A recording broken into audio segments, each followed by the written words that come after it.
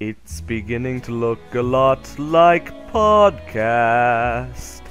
Everywhere you go, Nolan saying a racial slur, specifically the N-word. Ken doesn't mind, but Pan is getting upset. It's beginning to look a lot like podcast. Alright, so, did you guys see that Rule 34 where, like, Mario was fucking Peach with, like, the fire flower? Guys, we're recording, guys. I know. Anyway, do you think Killer was right? No. Top comment. Wait, we are? Yeah. Oh. Fuck. God damn it. I'll cut out the worst parts that you said. Yeah. But I'll keep most of it in, yeah, but... Yeah, so the theme song for this podcast is by Alpaca Guy, who made a Pizza Party Christmas song for us. Oh, That's nice of him. Thank you, Alpaca Guy. that was pretty catchy. Yeah, I'll link it in the description. But yeah, it's the Pizza Party Podcast. Who are you people? Ho, ho, ho. I'm the Crumpus. Ho, ho, ho. I'm a sexist. We're all that way, and I'm Pan Pizza, and it's the Christmas Party Podcast. 2 days before Christmas. Yeah, or whenever. But I got back from Frederator Animation in New York. How was that, Pan? Yeah. I don't know, they're impressed with what I do, and I don't know, they're encouraging me to put it on iTunes, so I'm gonna figure out how to put it on iTunes. I forget what service, but I found a way. Also, Wait, the podcast? Yeah. Do they listen to the podcast and like it? Fred Seibert says that he likes to listen to a lot of podcasts, and he's saying, like, yeah, you should put that on iTunes so I can listen to it. It's like, yeah, so you can listen to it. Well, what happened if they hear the terrible things we said? Like, about them. Hey, Fred, buddy old pal. Hey, yeah, good luck with that. I think Fred Seibert has a dark sense of humor because he really loves Super Fuckers and was so disappointed that it didn't, like, catch on with people. Oh, that's good, I guess. What happened when we talk about how terrible being Puppy Cat is? How dare you? People at Frederator, they're totally cool with me using the Super Fuckers theme song as our default intro for the podcast. Yeah, totally. Yeah. So wait, so they saw enough of the podcast to know that we used their intro? Well, I told them about it, so I think, I don't know. They're cool. Whatever. I'm, like, higher ranking in their YouTube thingies. Oh, look at Pan. He's made accomplishments in life. Ooh. Ooh, I'm successful. Look at me. Yeah, I have some photos of Frederator Studios, and I'll link that in the description. But yeah, for the next video, I don't know, but that, Did You Know video got really popular, so time to sell out. Oh. See if you can get on Did You Know Gaming's channel. See if you can do a video for them. I don't know, but Maybe Tony Hawk. I don't know, but they did comment on my video. You could do like Did You Know like licensed games or something. Meh, I don't know. I'll be like, I'll just take the script and make my own video. Screw you guys. Did you know terrorism?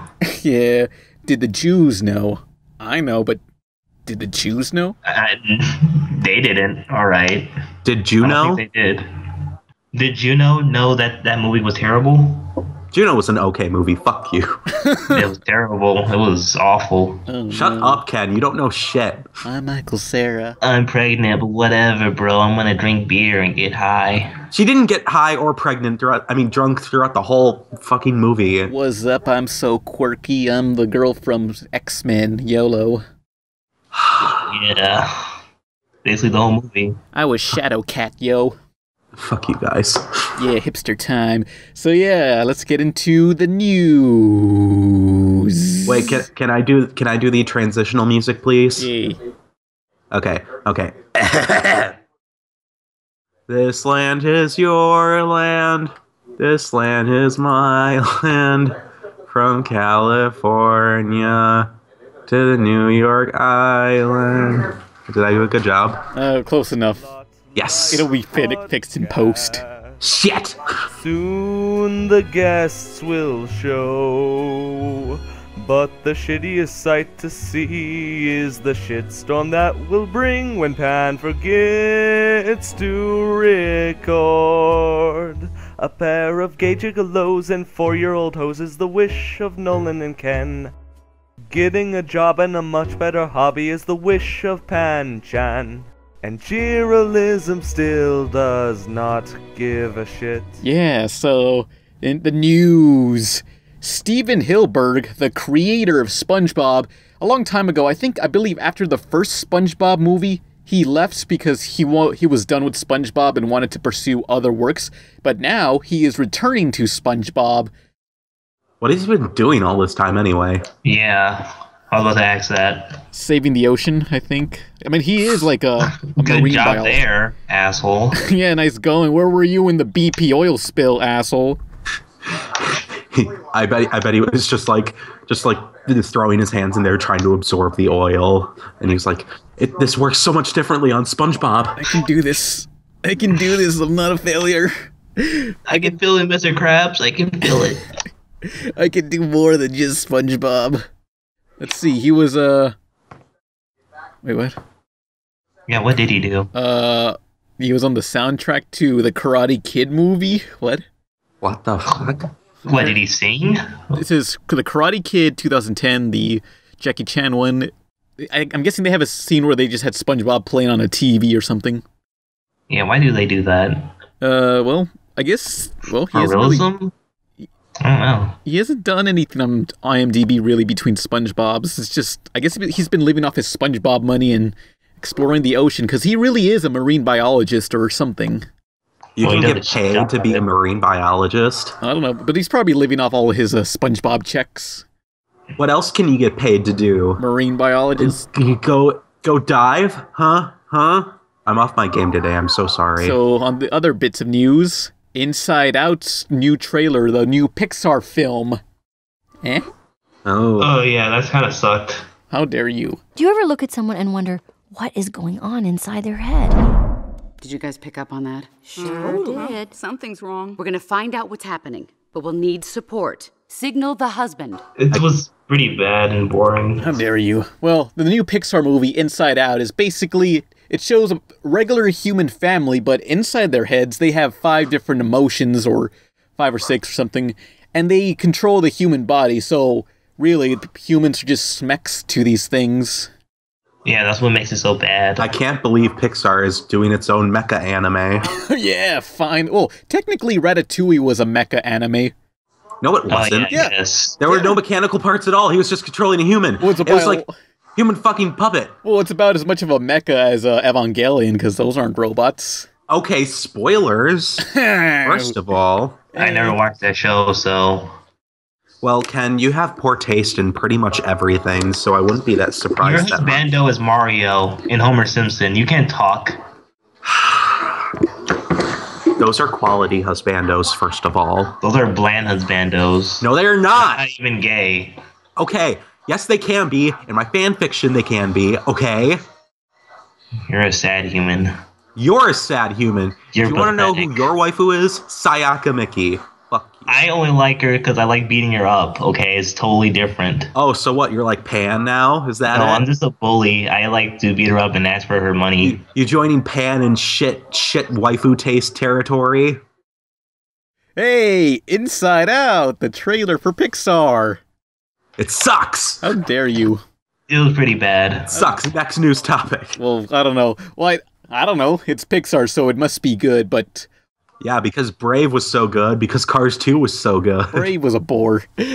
But I don't know. One thing that confused me about the Inside Out trailer is that there's 3 humans shown in the trailer, and they all have the same, like, emotions. Like, the emotions are represented as, like, these 5 icon guys. But the only difference is that the mother has, like, a wig, the father has mustaches on his, and they all look exactly the same, and it's kind of confusing to see them shift to camera angles, and you're just confused at which one, who's talking to what, you know?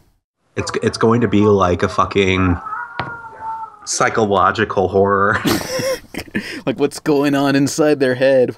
Like, Yeah, what- and then all of a sudden it just goes like Lovecrafty, and everything's turning into like these freakish monsters, and then like the father snaps and he kills his family. what the fuck? It's gonna Well, get- I'll actually watch It's gonna that. get fucked up, man. Yeah, it's gonna be. This is crazy. Pixar's first adult movie. Oh, yeah. You heard it here. My dad works at Nintendo. He would know. On to the other news.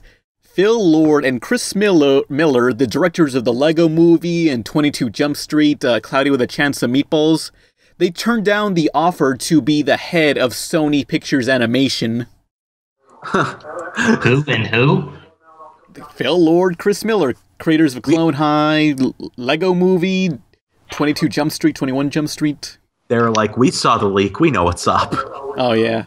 The Sony Leak revealed that they were planned to work as the head management there, like the head creative directors or something, but declined the offer because they didn't feel like Sony Pictures had their shit together, because now they're I don't know, I think they said they were moving to Vancouver, Canada, or somewhere up north instead of Los Angeles, so that's going to give them a huge disadvantage. Well, yeah, besides, Sony doesn't have their shit together, obviously enough. Yeah, and also they were not impressed with several of the movies that they made, like Smurfs. Did they like Hotel Transylvania? I'm sure, yeah, that's the one of the few that actually was good. Yeah. Yeah, but... Why can't they just put Guinea in charge or something? Yeah, in the Sony Leak, they revealed that was also one of the choices, but yeah, the Sony Leak, I'm sure everyone's heard about this. Basically, North Korea hacked Sony's computer servers and got all this information. And they're the reason why we won't see the next Seth Rogen movie.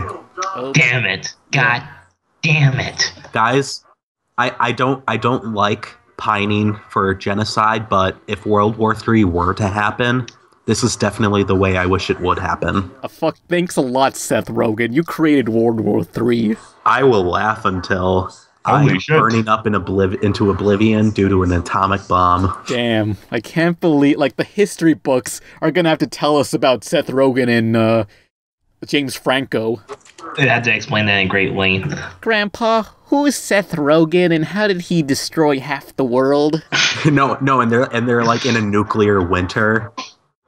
And like they're just like breathing toxic air and coughing and like taking in inhalers and shit, and like they're drinking like all this gray messed up water.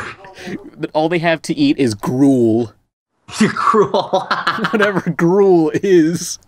Just some... it's just like they scoop rocks into a bowl and then they like try to crush them up as best as they can, and then they just get like sewer water, and that's gruel. Like this is like a parody of a post-apocalyptic future that now we're gonna possibly live in because Seth Rogen destroyed the world. Thanks a lot. I hate you, Seth Rogen. Like my sister's dead. I was expecting this to be like Adam Sandler's fault, but no, Seth Rogen had to fuck it up. No, and you know the video of the guy who, like, the father of the atomic bomb, and he's just quoting something from a Hindu religion. Instead, it's Seth Rogen. Damn you. And he just has so much regret on his face, and he's just like, what have we done today? Is Seth Rogen gonna get publicly executed in North Korea? That'd be awesome. That'd be hilarious. Yeah, because basically what happened was the interview movie starring Seth Rogen and some other guy, James Franco, the pedophile, was gonna be released. What? Yeah, there was this whole story about James Franco soliciting underage girls through text messages, and he was like, "Hey, girl, what you doing?" Been there, done that. But go on. Anyway, so yeah, this movie, the interview, is about Seth Rogen and James Franco going to North Korea and attempting to assassinate the leader of North Korea, Kim Jong-un, and Kim Jong-un didn't like that, so North Korea hacked... No, this is where real life clashes with fiction, because in real life, our reality, Kim Jong-un saw that and was like, if you release this film, we'll go to war or something, and eventually they just hacked Sony's computers, got all their personal information of Sony, and released it online, and saying, yeah, if any movie theater plays this, we're gonna terrorize you, or something. And then Sony was like, no, we can't do that. Well, I mean, if something were to happen and Sony were to call their bluff, and it turns out they really did do something, you know how hard they'd have to live with that? Pan, sometimes sacrifices are necessary in the name of freedom. Well, this really proves that, like, if you want to stop being made fun of, threaten us with violence. Because that's all you need to do, really, if you want to win. You see, I learned something today. Throughout this whole ordeal, we've all wanted to show things that we weren't allowed to show. But it wasn't because of some magic goo. It was because of the magical power of threatening people with violence. That's obviously the only true power. If there's anything we've all learned, it's that terrorizing people works. That's right. Don't you see, Gingers? If you don't want to be made fun of anymore, all you need are guns and bombs to get people to stop. That's right, friends. All you need to do is instill fear and be willing to hurt people, and you can get whatever you want. The only true power is violence. Yeah. Just say that you're gonna kill us and bomb us, and then we'll stop. Like, if they do something, like, this is Sony's fault, and forever we're just gonna hear new PlayStation 5's like, oh, hey, guys, it's the assholes who screwed us over with North Korea, fuckers. It's a guy that caused multiple holocausts. Nice going, Sony. It wasn't enough that you had to make the Smurfs movie, but also this. Way to go. And North Korea is now going to take us the fuck over. Great fucking job. Great job, Seth Rogen, fucker. All right, so we totally just went on a tangent, but what happened next? What's the next news? Okay, let's go into sadder news. Norman Birdwell passed away at age 86. He's the creator of Clifford the Big Red Dog. He created Clifford back in 1963, which I had no idea Clifford was that old, and he's been making over 50 storybooks of Clifford and had a TV series, which I remember mostly that and not the books. The guy who composed Crash Bandicoot composed the theme song. What? Yeah. As far as I know, anyway. Yeah, so yeah. Now he's in the big doghouse in the sky. So yeah, you guys remember Clifford, the big red dog? It's about a dog who's big and he's red.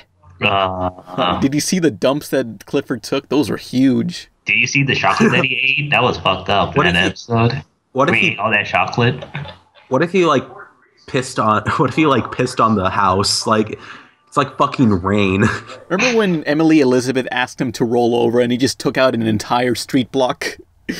Oh man. Yeah, there was a lot of murder in that series. Yeah, it was such a sad really sad book. What if Clifford got really horny though? No, starts fucking the house, and he fucks the house, and then there's a big giant red boner going through 5 rooms, and the house gets destroyed. I think How do you feel when that happens? My favorite book was the one where Clifford gets rabies and he eats Emily Elizabeth and her entire family. Classic. That was a horror novel. Classic. Yeah, that was messed up. That was really blood. Yes. That was really bloody. That's why they call him the Red Dog. Old Yeller. They lock him in a cage and he's rabid, and Emily has to shoot him, but the first bullet doesn't work, so she has to shoot him multiple times. The government just says, you know what, fuck it, we gotta drop a bomb on this dog, it must be stopped. and then they just nuke the entire suburb with everybody in it. Way to go, Clifford. Yeah. You really Seth Rogen that up, Clifford. Fucker. We need to have titles for the podcast like every other one, and we need to name this one Seth Rogen or something. Seth Rogen fucks it up again. Seth Rogen dooms America. This is the end. Fuck you, Seth Rogen. You fucked us over. This fall, Seth Rogen must die. Yeah, let's make a movie where we have to kill Seth Rogen. Let's see how he feels about it. Huh? That'd be cool, actually. There was a movie that's based off. We had to kill Seth Rogen before he releases the interview. How much time do we have left? That's essentially that episode of South Park with Muhammad and Family Guy. Yeah. What a piece of shit Seth Rogen is. Fuck you, Seth Rogen. I can't believe it. Yeah, that's the last bit of news. Rest in peace, Norman Birdwell, creator of Clifford the Big Red Dog. Who? Yeah, that's a guy. Who gives a shit? All right, now let's move on to the Christmas time. I hate Clifford the Big Red Dog. I hate him. There's 50 books about Clifford the Big Red Dog. 50 books. There's 7 books about Narnia that cover the birth and death of a nation and mice with swords and a lion who's a god. They did it in 7 books. 50 books about Clifford the Big Red Dog, and they all tell the exact same story. Look how big this dog is. That's it. That's it. Look how big this dog is. It's the whole book. Here's how big he was at the firehouse. Here's how big he was at Thanksgiving. Who gives a shit? You just drew him big. Silver bells. It's the most wonderful Holocaust of the year. It's Christmas time in the city. Silver ash from big bombs. North Korea fucked us over. Well, so let's talk about... So now we're on the topic. Let's talk about holiday specials in general around Christmas. No, well, Hanukkah. This is the worst episode we've done so far. Yeah. I gotta record this whole thing. Christmas, Hanukkah, and Kwanzaa, and whatever else, and Boxing Day, if that's a thing.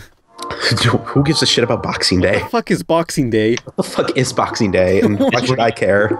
It's where you box and give people boxes. Petition to rename Boxing Day Mike Tyson's Punch-Out Day. Yeah, that's the day where you wear like boxing gloves and you go around punching people. And then you side B off the stage. Fuck.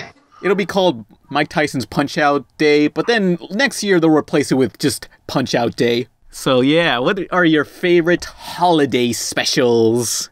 Fuck Christmas. Yeah. I have a question for the audience. Does it feel like Christmas at all? Yeah, I'm curious. Does anybody else feel like it's the holiday season? Because it doesn't really, like, at all. I do. Well, I mean, all I need for holidays is to have one video game given to me, and that's all I need for Christmas. Actually, speaking of video games, I asked my mom, back home, there's this video game store which has like a ton of obscure, really cool games. Like they had the Evangelion Sega Saturn game. Damn. And like Cowboy Bebop. And like I asked her if she could get me this Nintendo DS RPG. It was called The Wizard of Oz Beyond the Yellow Brick Road. And the reason it's so interesting is because like the guy who composed music for Final Fantasy XII composed it, and it was done by like Xseed. And it's just like I kind of want it because, you know, it's like an obscure game. And it's just kind of like, you know, you got to have that just so you can say like, nobody else has this game but me. You fucking hipster. Says the guy who bought $120 Invader Zim rave pants. That's not hipster, that's goth or something. Oh, that's not goth. You'll regret saying that next time there's a rave and you need some rave pants, but then I'm gonna be like, no, you can't have my rave pants, they're mine. I don't want your rave pants. Even if I wasn't, I don't like going to raves. Good, you're not gonna have my rave pants. North Korea is going to force us to rave when the war happens, isn't it? What's next? You're going to get rave pants with Raven on them so they can be Raven pants? Oh, yeah, I need that. I'll give you props for making the ultimate pun. Hell yeah. Yellow. But yeah, disgusted. So yeah, what do you guys do around Christmas time? I used to go home for Christmas, but I couldn't this year, so now I'm just kind of wallowing away down here in North Carolina. I don't know. I'd be like, wow, this year sucked. Hopefully next year will go better, and then it doesn't. Yes, the never-ending cycle. Man, this year was a bunch of shit, but next year will be better for sure. Yeah. Nope. Hey. Damn you. Well, I used to go all the way to Mexico for to visit family for Christmas, but after all the crime that's been going on in Mexico, not in fucking hell, I'm going over there. Those fuckers can come up here, or else they can go die. Let's not go over there. That's horrible things keep happening. Like there's I don't know. I remember my aunt saying that there was a shootout in their neighborhood. Oh, great. Yeah. We wish you a Merry Christmas. We wish you... What the... Yeah, apparently, I don't know. Don't go over to Mexico, especially if you look white or anything. Just don't go over to Mexico, period. Yeah. Someone bring me some Lucas and Paya Palazos, or whatever it was called. Get some churros, put some Christmas sprinkles on it. Oh, no. Merry fucking Christmas. You guys ever seen this Mexican candy? It's called tamarindo. Well, the flavor of it is called tamarindo. It's like spicy. I can't pronounce it, but basically it comes in like this dildo-shaped plastic thing, and it has a little cap on it, and you push it downward, and it just like jizzes out like red spicy stuff called Yeah, I think I know what you're talking about. Yeah, I need some of that. About Lucas? So basically, it's like a sex toy, but a candy. Yeah, kind of. But although if you were really like Spencer's is bound to sell something like that. I hope so. But if you were really boss, that you could just like pull the thing out from under it and just eat the entire stick of tamarindo like that. It's hard to explain, but maybe I'll include a picture to the candy I'm talking about. It's right here, right now. You can see it right there. Look at that. Wow, what a candy. What a brand. It's like a push-up. Okay, now remove it. Push there, pop. because now it's gone. It's like a liquefied push pop, you know? But it's cream and stuff. But whatever. Yeah. Christmas specials. Did you guys see any of them? I saw Grandma got ran over by a reindeer.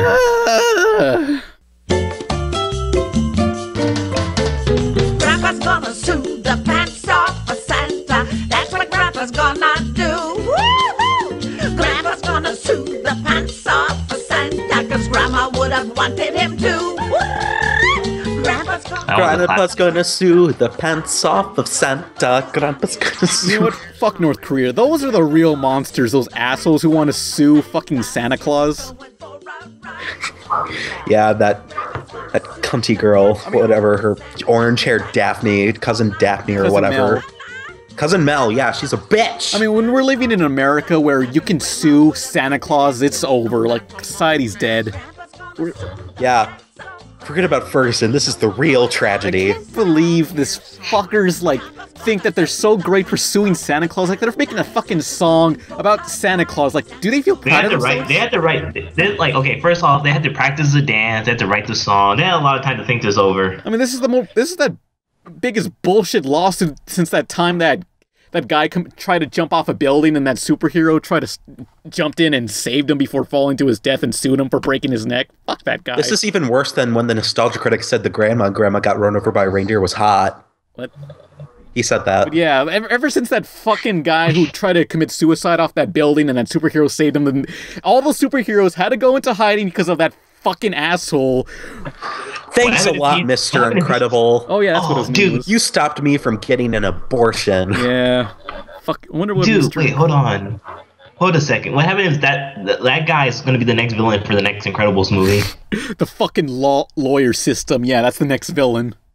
Oh, no, that guy with the broken neck in general. No, the next movie, it's going to be the lawyer, and he's going to sue every single superhero for all the damages they've done to all the cities they destroyed. Man of Steel, the Powerpuff Girls, the Avengers, every single one. Oh, good. Finally justice. Yeah, finally someone stops those assholes.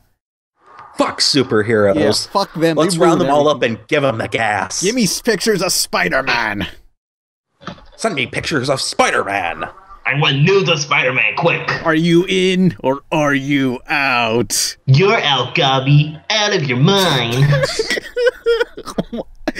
That line is so terrible. Why did they put that in? But yeah, holiday specials. Grandma got run over by a reindeer, which I just don't understand why you would turn a story about vehicular manslaughter into a Christmas story. Well, weren't they going to make more holiday specials based on that guy's songs or something? Oh, no, please. Please, no. No more. I hate the character designs in that special. The animation just looked ugly. Not even because it was poor, but because, like, the fucking models were all disgusting. Like, the colors were just really neon, bright shit that hurt your eyes. Yeah, and Cousin Mel had a disturbingly large rack for some reason. Disturbingly, everybody needs to have a large rack at least once in their Christmas special. Yeah. Where else are you going to put the presents? Oh, that was pretty good. Boo. Here's a Hanukkah special, possibly the only fucking Hanukkah movie there is. 8 Crazy Nights starring Adam Sandler. Oh. Scat finished the movie, baby. Yeah, so it was back in like 2002, around there. Okay, well, before that, there was the movie Iron Giant, and that movie was a financial failure and didn't make any money, and much of the animation crew went on to, I think, Fox or some other studio, and they formed their own animation studio called Meatballs Animation, and you know what That's a shitty name. And you know, besides 8 Crazy Nights, you know what else they've done? Terrorism? Nothing. The interview? Nothing. They've done nothing because 8 Crazy Nights was the only film they made, and that also bombed, and they had to get fired again. Adam Sandler killed an animation company that barely started up that featured much of the animators from Iron Giant. Well, but yeah. So Adam Sandler's 8 Crazy Nights is an Adam Sandler animated 2D animated feature film released in theaters about Adam Sandler being an asshole during... Wait, it was in theaters? Yep, it was in theaters. I thought it was straight a DVD movie. Nope, I saw trailers to it and it was in theaters. But, oh my god. But it's a straight... Do people actually see this? Apparently, well, not enough because it bombed. It didn't make any money. But yeah, so Adam Sandler, it's about him being an asshole during the holidays and apparently... But then it's okay in the end because he learns about the Christmas spirit, even though it's Hanukkah. And then he gets mentored by this old man who's just Adam Sandler talking like this! And this is the voice that he does during the holiday! So yeah, Adam Sandler's getting... Makes that more obnoxious. So it's just Adam Sandler talking to himself and being mentored by himself. And that's basically his life. He learns not to be an asshole or something because it's a shitty movie. A shitty... I remember liking it when I first watched it. But it's the only Hanukkah movie that's worth noting because there's no other ones. And, well, what can you really do about Hanukkah in a movie? And what's really sad is that Hanukkah barely plays a part in the actual movie. It's just about Adam Sandler and his crazy hijinks. Okay, yeah, and what the biggest load of bullshit in this movie is a scene where Adam Sandler's having a freak out or something and he breaks into the mall and he starts crying. And he cries so hard that he hallucinates all these corporate mascots coming to life, like the Foot Locker referee mascot with a logo on the Foot Locker. His advertisements in the movies are coming to life. The Sharper Image has a frickin' massage chair coming to life. KB Toys has toy soldiers coming to life. GNC, the Vitamin Corporation or whatever that is, has their vitamin mascot. Victoria's Secret, whatever. And it's just all these fucking corporate mascots coming to life and lecturing Adam Sandler on how not to be an asshole. And it's the most shameless, pathetic product placement I've ever seen in a fucking film. It's like, what is it like to... Damn, people actually had to pay to be in this movie. That what that means. I thought the biggest load of bullshit was when the old guy got, like, frozen in liquefied diarrhea. That too. But it's like, Adam Sandler, what is it like to not have a soul? Hey, Adam Sandler, what's it like knowing that all of Sony thinks you're completely worthless? Oh yeah, also in the Sony hack is a Sony reveal that Adam Sandler films are no longer profitable.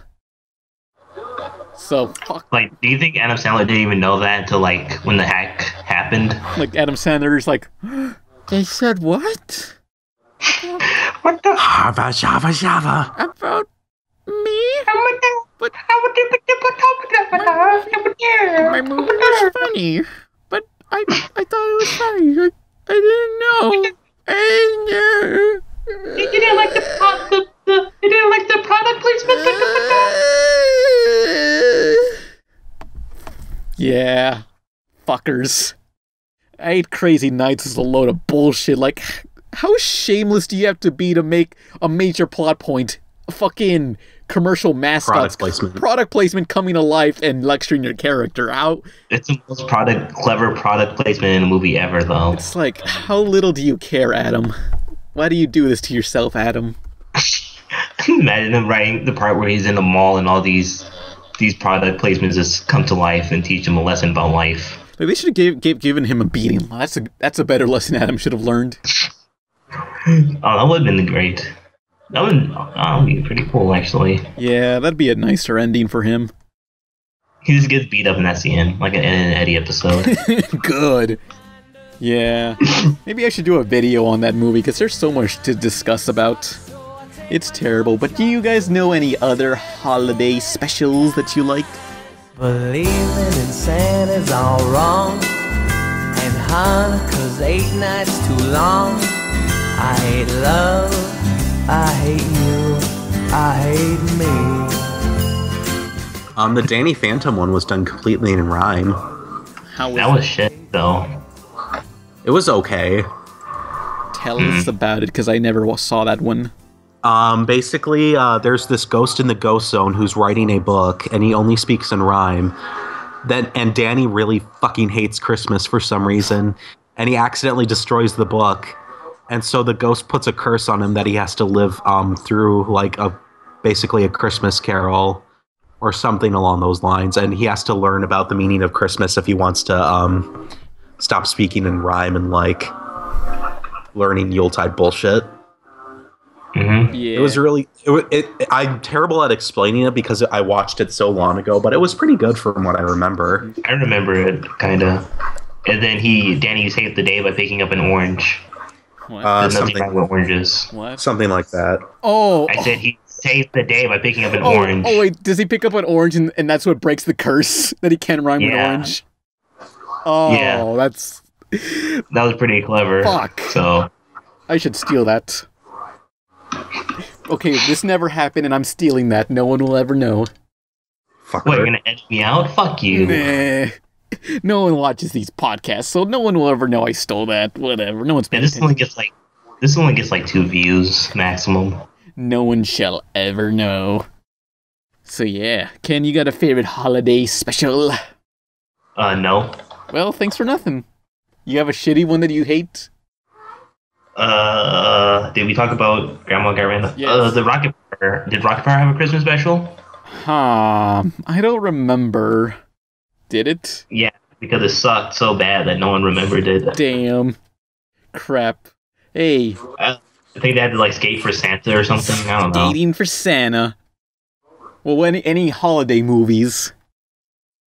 You guys ever? I remember seeing this one when I was back home for Christmas.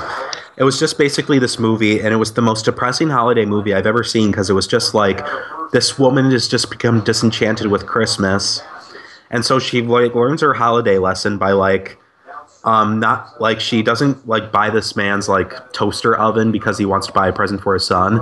So it leads to a chain of events where like her kids accidentally get kidnapped because he robs a bank that she happens to be at, and he uses her car to get away even though the kids are still inside it. They accidentally fly off a bridge and like drown in a like icy cold lake. And her husband was shot beforehand, and now she's just all alone for Christmas. What the fuck's up with you? What? What's wrong with you? Why you have to like look at this awful depressing We thought it was a nice Christmas movie, but we were sorely mistaken. What movie was this? I don't remember. But it was like to see everything fucked up. I just remember she was at a gas station, and the guy, this homeless guy comes up and he's like, "I want to buy something for my kid, but I don't have anything. Can you please buy this toaster oven, please?" And she's like, "Sorry, no, I'm not interested in it." And so like that leads to him like going to a bank where her husband and his kids are at, and like the husband tries to talk him down, but the husband gets shot, and the guy uses his car as a getaway car, and the kids are inside it. And he doesn't like want to hurt the kids or anything, so he's just like telling them it'll be fine or whatever. And then like they're driving on, but he accidentally flies off a bridge, and the car crashes into like an ice cold river, and they all drown or something. And then like she's just all alone for Christmas because she didn't buy a fucking toaster oven or something. What the fuck? Merry Christmas. If anybody remembers what that was, please tell me because it was so depressing. I just remember it does have a somewhat happy ending because like there was a Christmas angel throughout all this nonsense, and like he saved the kids and the guy, and he gave her a second chance or something. Wow. But still, she had to go through all of that terrible shit just to learn that, hey, maybe you should be like nice on Christmas, stupid. That's a fucking movie. Holy shit.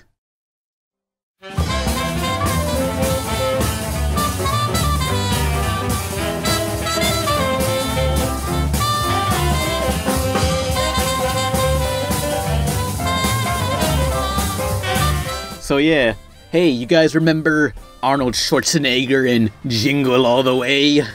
Okay, let's talk about that last. That's more longer. But I did see the Ed and Eddie Jingle Jangle Jangle special. I liked when Eddie learned a lesson, and I was like, "Fuck you!" when he stole that fucking Christmas bag. That was bullshit.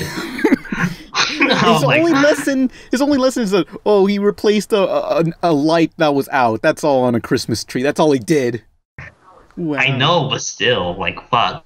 God damn it. I thought they were going to not get beat up once, and then they get beat up. I hate when Ed and Eddie get beat up. And then the Kanker sisters basically rape them, the end. Yeah, I hate that. Just hear those sleigh bells jingling, ring ting tingling too. That was a fucked up ending. They dress them as the Three Kings or something. Yeah. Which is a very interesting take on the nativity. Yeah, it's a little... That's kind of in poor taste. They didn't teach that in the Bible. I don't remember. This is a lemon. She may have bore him being a virgin, but she didn't last that long. Oh. Hey! You remember the other Christmas special of Ed and Eddie? The one where they had... What were they trying to do? They just found a fruitcake, and they're like, every Christmas... Every Christmas, and that's what I remember. I remember the episode. No, and it's like they try to celebrate Christmas in July, and like it's July. Isn't it National Pig Day or something? Yeah, Piggy Bank Day. Yeah, Piggy Bank Day. Whatever the hell that is. And then they made like this really intricate float just to con the kids out of a couple quarters. That's something actually. Let's think about this for a second. They have all the time and money to like get all of this these resources together to scam the kids, but they don't have a couple quarters for jawbreakers. They go to the junkyard and get this stuff. I guess that's what I assumed. Why don't they just pawn the stuff from the junkyard? Yeah. I bet people will buy the inventions that they make. They're really elaborate. I mean, go to a pawn shop. They'll give you a quarter. That's enough. Wait, how can they build all this stuff and be doing bad at school? I don't know. That's some math. They don't need school. They're engineers. They don't need that shit. I know. What the fuck? Oh, man. A fucking engineer, bruh. I'm starting to think that Ed and Eddie have a lot of plot holes. Need a dispenser here. Please.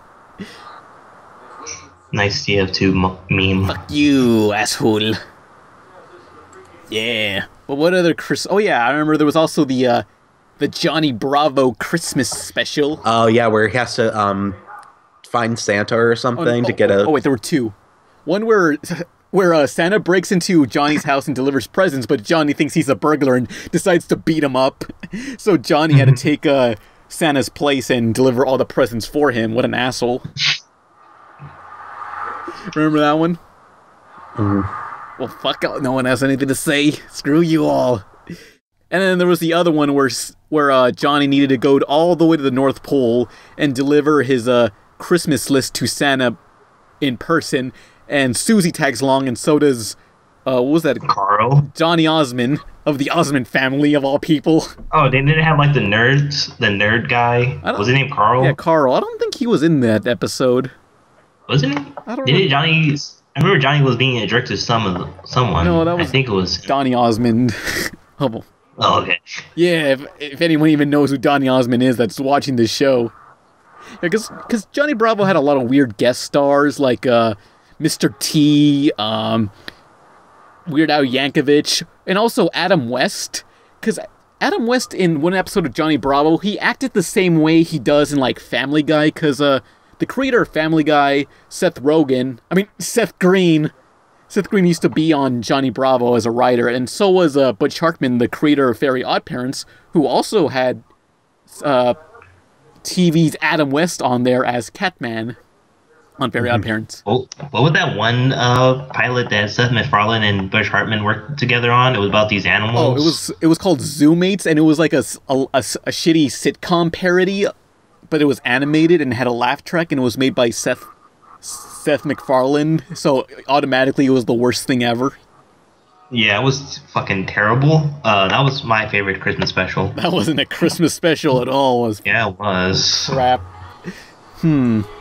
Was it? No, there wasn't. I remember there was other... Clearly? There was one pilot that was a Christmas special. It was Super Santa or Santa Saves Christmas or something. It was on Oh Yeah Cartoons. Santa fucking Save Christmas. It was like this muscular Santa Claus, and he had to save Christmas from this stuffed rabbit that... Rabbit? Yeah. Why not Satan? I don't know. Why not Jesus? There was a Christmas special, Santa versus Satan or something. What? Yeah. There was Santa Claus Conquers the Martians.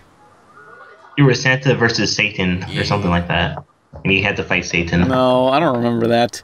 But hey, that reminds me. Movie. Remember the movie Rise of the Guardians? We are the Guardians. We protect the world. I hope you like the loop-de-loops. I hope you like carrots. Jack Frost. Am I on the naughty list? Of course. The Easter Bunny. You don't want to race a rabbit, mate. The Tooth Fairy. Wings, I'll take no prisoners.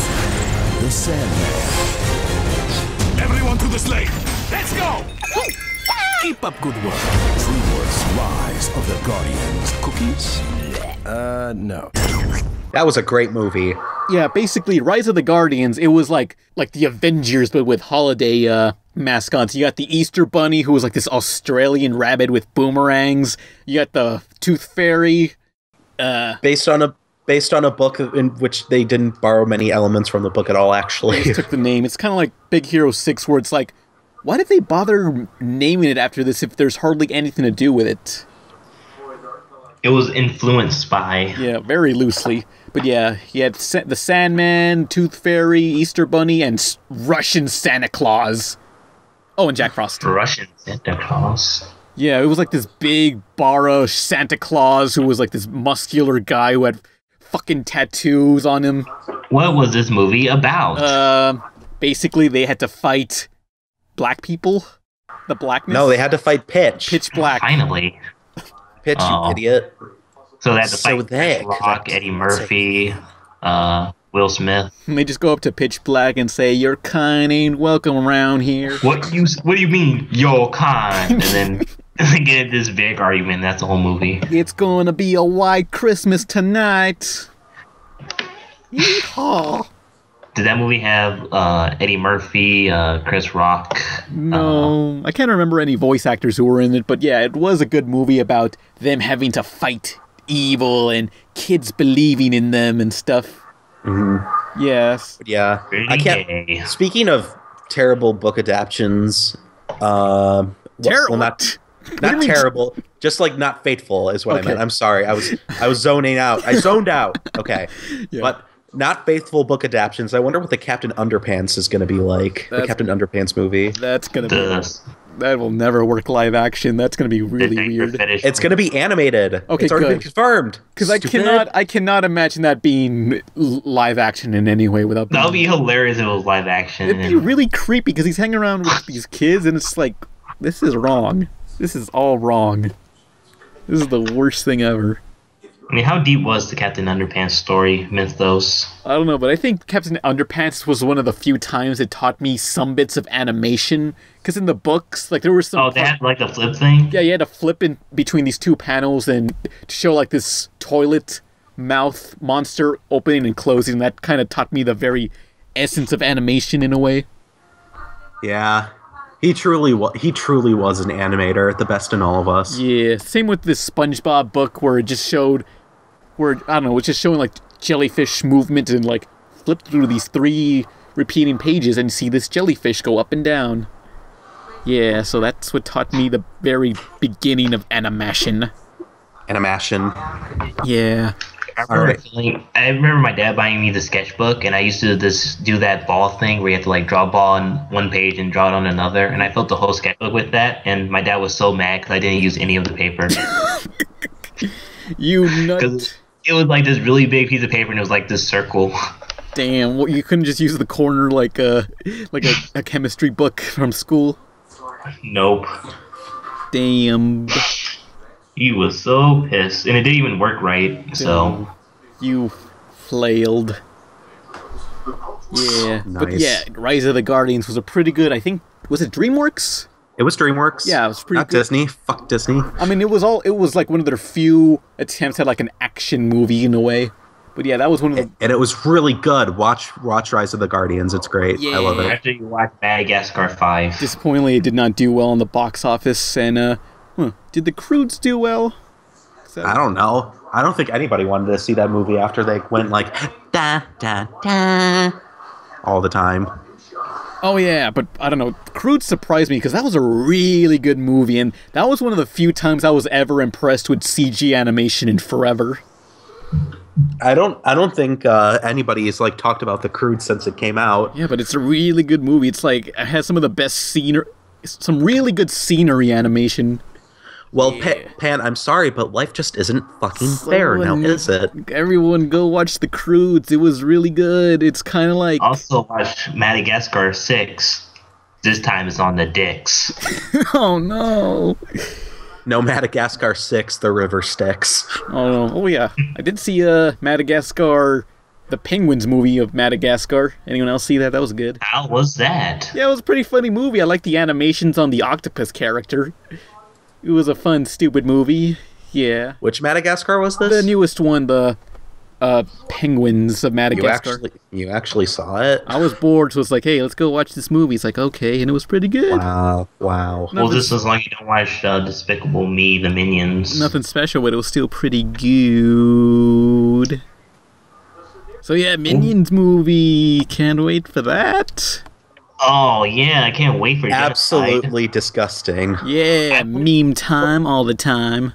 I honestly, I'm still holding out for a Rage Comics movie. I just need that to happen, just so I can see everybody cry and just be like, death of the internet. This is the end of cinema, and I'm just sitting there laughing and watching everybody die, and then I can just go, I told you this would happen.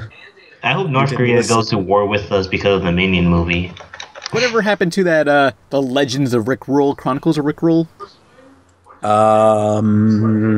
that the one with Vin Diesel, I think? It was some guy. That's the Chronicles of Riddick. Oh, what the fuck are you talking about? Yeah, there's this meme movie where it's a bunch of internet celebrities coming together in the Legends of Rickroll, apparently. I'm never gonna give her up. That was an actual quote from the movie. Is it a romantic comedy? I need to find that trailer again. I need to find it.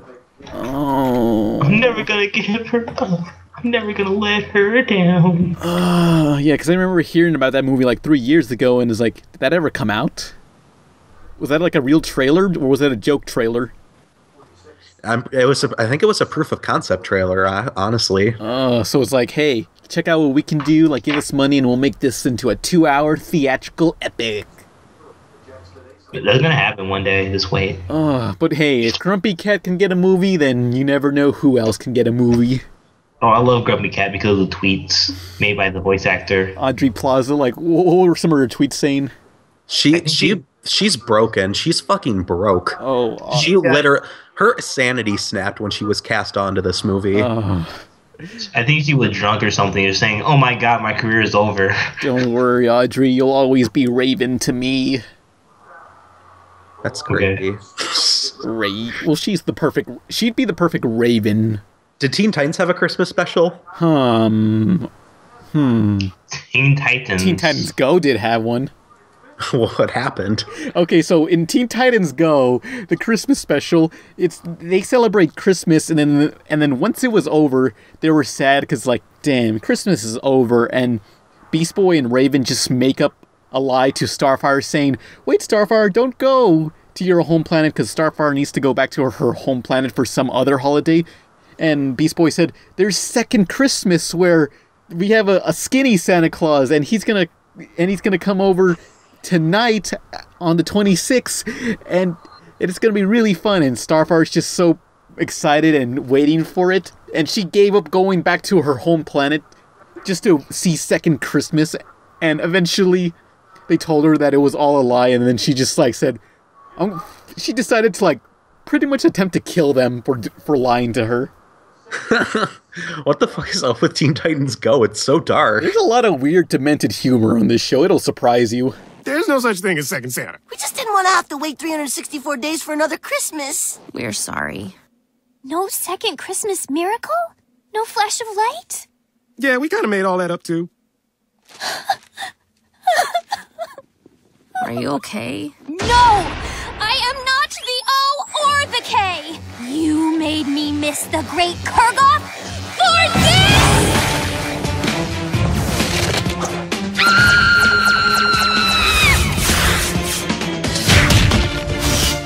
Where's your second Christmas spirit? No! It's kind of, well, why the fuck would they lie in the first place? Like, they didn't. Don't go to your home family. They don't want to see Starfire go away. Yeah, it's like, we need more than... You'll be back. We need more than one girl at this orgy, Starfire. Please stay. If there's not enough girls, then we'll be called gay. We can't be called gay. We can't be faggots. Raven only has 3 holes. 4 if you count the interdimensional one. Don't go, Starfire. Jesus Christ. What's like Raven can only do so much. She tries her best, but this is all she can do. I know you can do it, Raven. Because Raven's the best. Yeah. I just got reminded of a Christmas special. Did anyone see the Fairy Odd Parents Christmas special? Oh yeah. What happened? Where Timmy, he wishes that Christmas could be every day. Nice going, Timmy. Yeah. And then all the holidays get pissed off and try to kill Santa. Yeah. Oh yeah, the assassination of Santa Claus. Thanks a lot, Timmy. Timmy is such a selfish little cunt, for real. You fucking idiot, Timmy. You made Christmas every day. Now they're gonna fucking kill Santa Claus. You idiot. And then he like rides on a dirty diaper down to the North Pole. What the fuck? That was part of it. Like it was like a baby New Year or something. And like he stole his diaper so he could sled down to the North Pole. It was like, what the fuck? Damn it, Timmy. It seemed like a Nickelodeon show to do. So it's kind of like the reverse of Rise of the Guardians, where they had to assassinate Santa Claus. Kill one of their own. Yeah, it's like... Kill one of their own for the rest of proper. Santa, it was bad enough that you took over November, but now, every day, Santa? Really? Fuck you, Santa. You're going downtown. Oh, yeah. Oh, wait. Speaking of Nickelodeon, remember... Okay, I'll link it in the description, but you all remember this, this claymation commercial of all the Nicktoons getting together? Oh, yeah, singing the Christmas song? I didn't see it. Okay, well, I'll link to it, but you'll probably recognize it if you see it. But what's strange about it is that it's all the Nicktoons partying together on Christmas, and there's a scene where they're showing a series of still photos, and they show, I guess, SpongeBob ripping his pants open at a Christmas party. And if you remember in this one episode of SpongeBob, there was an episode of SpongeBob where Patrick had this box and no one knew what was inside this box that kept making Patrick laugh, and SpongeBob was thinking, what if it's an embarrassing photo of me at the Christmas party? And a lot of fans theorize that he's referring to this one commercial that I'm going to link to of that Nicktoons thing, you know? Yeah, link it in the chat. I want to see it now. Yeah, so it's like an extended universe where all the Nicktoons gather together, and that means Nicktoons Unite is canon. It ties into the canon of SpongeBob. Oh, and Nicktoons Unite. Oh, speaking of Nicktoons Unite, okay, so I was at the hotel I was staying at in New York. I was just watching TV, and apparently someone's tried to sneak in like weapons into JFK's airport, and they tried to sneak it in through a... And then the Nicktoons saved the day? No, they snuck it through a PlayStation 2 and a copy of Nicktoons Unite. Incredible. So it's like, damn it, Nolan, why do you have to sneak weapons into an airport using Nicktoons Unite of all things? Wait, they were sneaking weapons into New York? Apparently, some person was sneaking a gun into New York, and they had like... It was inside I'll link it in the description also, but... It was just a PlayStation 2 hollowed out along with a copy of Nicktoons Unite. You were there when it was happening? Oh no, I wasn't there. I saw it on the news. Like, what the fuck, Nolan? Why are you doing this, Nolan? Like, they couldn't pick a better PS2 game to represent their terrorism. They couldn't get like something obscure like Okami or Parappa the Rapper. No, Nicktoons, jerks. Nickelodeon caused this. When you went to Frederator, do you see any like Nicktoons Unite stuff or no? I just saw in general a bunch of cartoon stuff. Like Fred Cybert has a big box set of like Death Note DVDs in his office. Like, what a weird... Death Note? I don't know. Shit anime? What a shitter. What a weird... What a shitter tin. Well, he works in this animation studio, so they just give them a bunch of free stuff as promotional stuff. Because I really wish I could just like stay there and just like look at all this stuff. It's like, what's this? What's this? What's this? Fuck is this? Fuck is that? Fuck is you? Oh, hang on. I got a weird question on my Tumblr. It says, "Hey Pan, there are some cool kids at school I'd like to talk to, but every time I end up either having nothing to talk with them about or being locked out of the conversation as they talk about League of Legends. Any suggestions?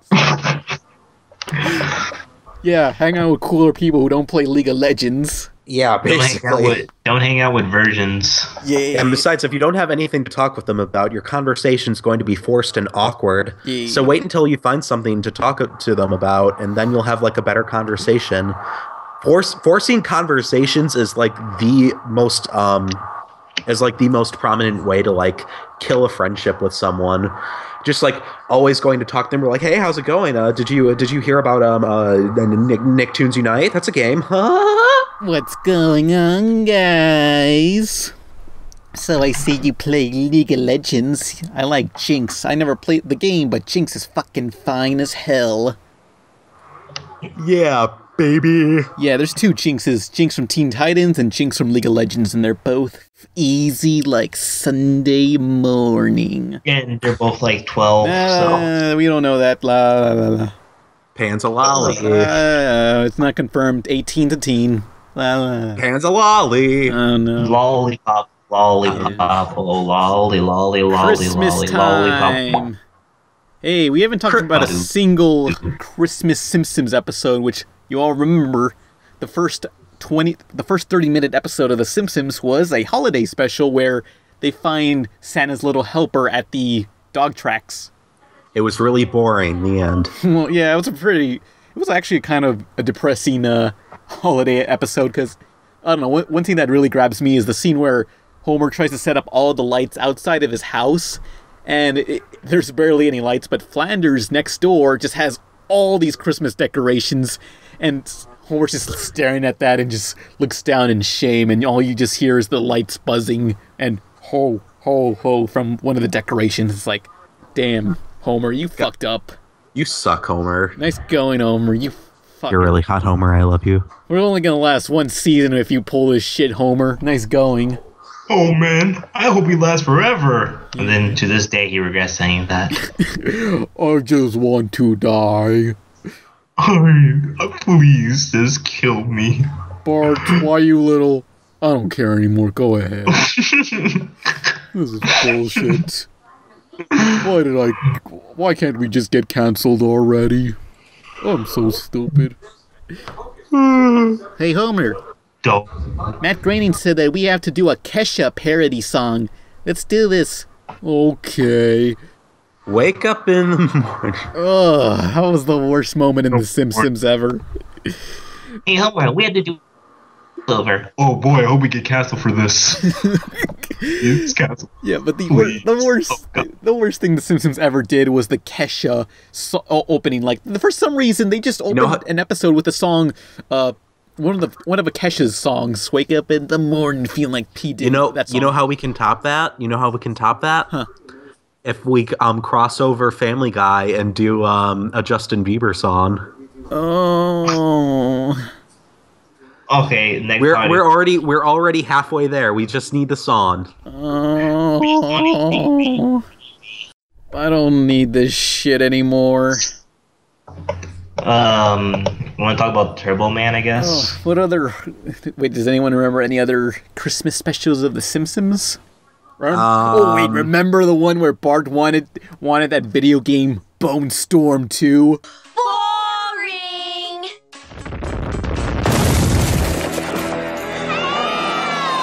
You want excitement?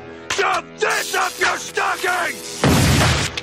Whoa! So tell your folks, buy me, Bone Storm, or go to hell! Buy me, Bone Storm, or go to hell! Bart? Young man, in this house we use a little word called please. Actually hold that thought. I remember the one where they got the plastic Christmas tree and they were really excited because they were going to have an excellent year, and Bart just couldn't be fucking patient. So he fucking goes and plays with one of his toys early and sets the tree on fire and buries the evidence in his front yard. So then the whole town of Springfield's like, you know what, we're going to be nice and give back. And they give them fucking presents and shit. But like fucking when they find out Bart like was the one who destroyed their tree, everybody gets pissed off and takes all their belongings. Yeah, that pissed me off at the end. That episode was just depressing for me. It was just like, how is this joyous at all? They're playing with a rag. That's depressing. Yeah, all that's left was a rag, and like they started fighting over that one rag because everyone wanted it. We forgot about the classic Christmas special that appears every time. How the Grinch Stole Christmas. Buy me Bone Storm or go to hell. The Grinch is an okay special. I don't really care. Grinch, yeah. I think I've seen it so many times that I don't care about it that much. Yeah, I mean, although the Grinch had some of the best like facial expressions ever in animation. That grin at the very beginning always freaked me out as a kid. I was like, no. Oh, God. Yeah, too bad the live-action movie was a piece of shit. I don't remember that much. The live-action movie was okay. Fight me in real life. Well, Cat in the Hat fucking sucked. Confirmed. Well, of course Cat in the Hat sucked. Everybody knows that. Yeah, even the wife of Dr. Seuss was like, this is terrible. Fuck, you people are monsters for making this. You dirty hoe. The Grinch that stole Christmas. You're a fucking asshole, Mr. Grinch. Fuck you. Yeah, that's the only good thing that I like when the narrator.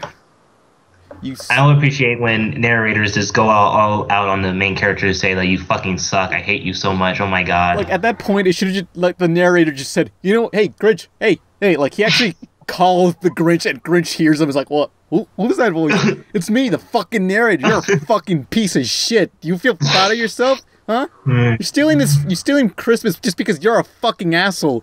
It's like, oh, just because you don't like Christmas, suddenly everyone has to deal with your shit. Fuck you. You're a selfish piece of shit. Fuck you, Grinch. Fuck your family. Oh, wait, you don't have a family. You're a green piece of shit. And he just starts crying.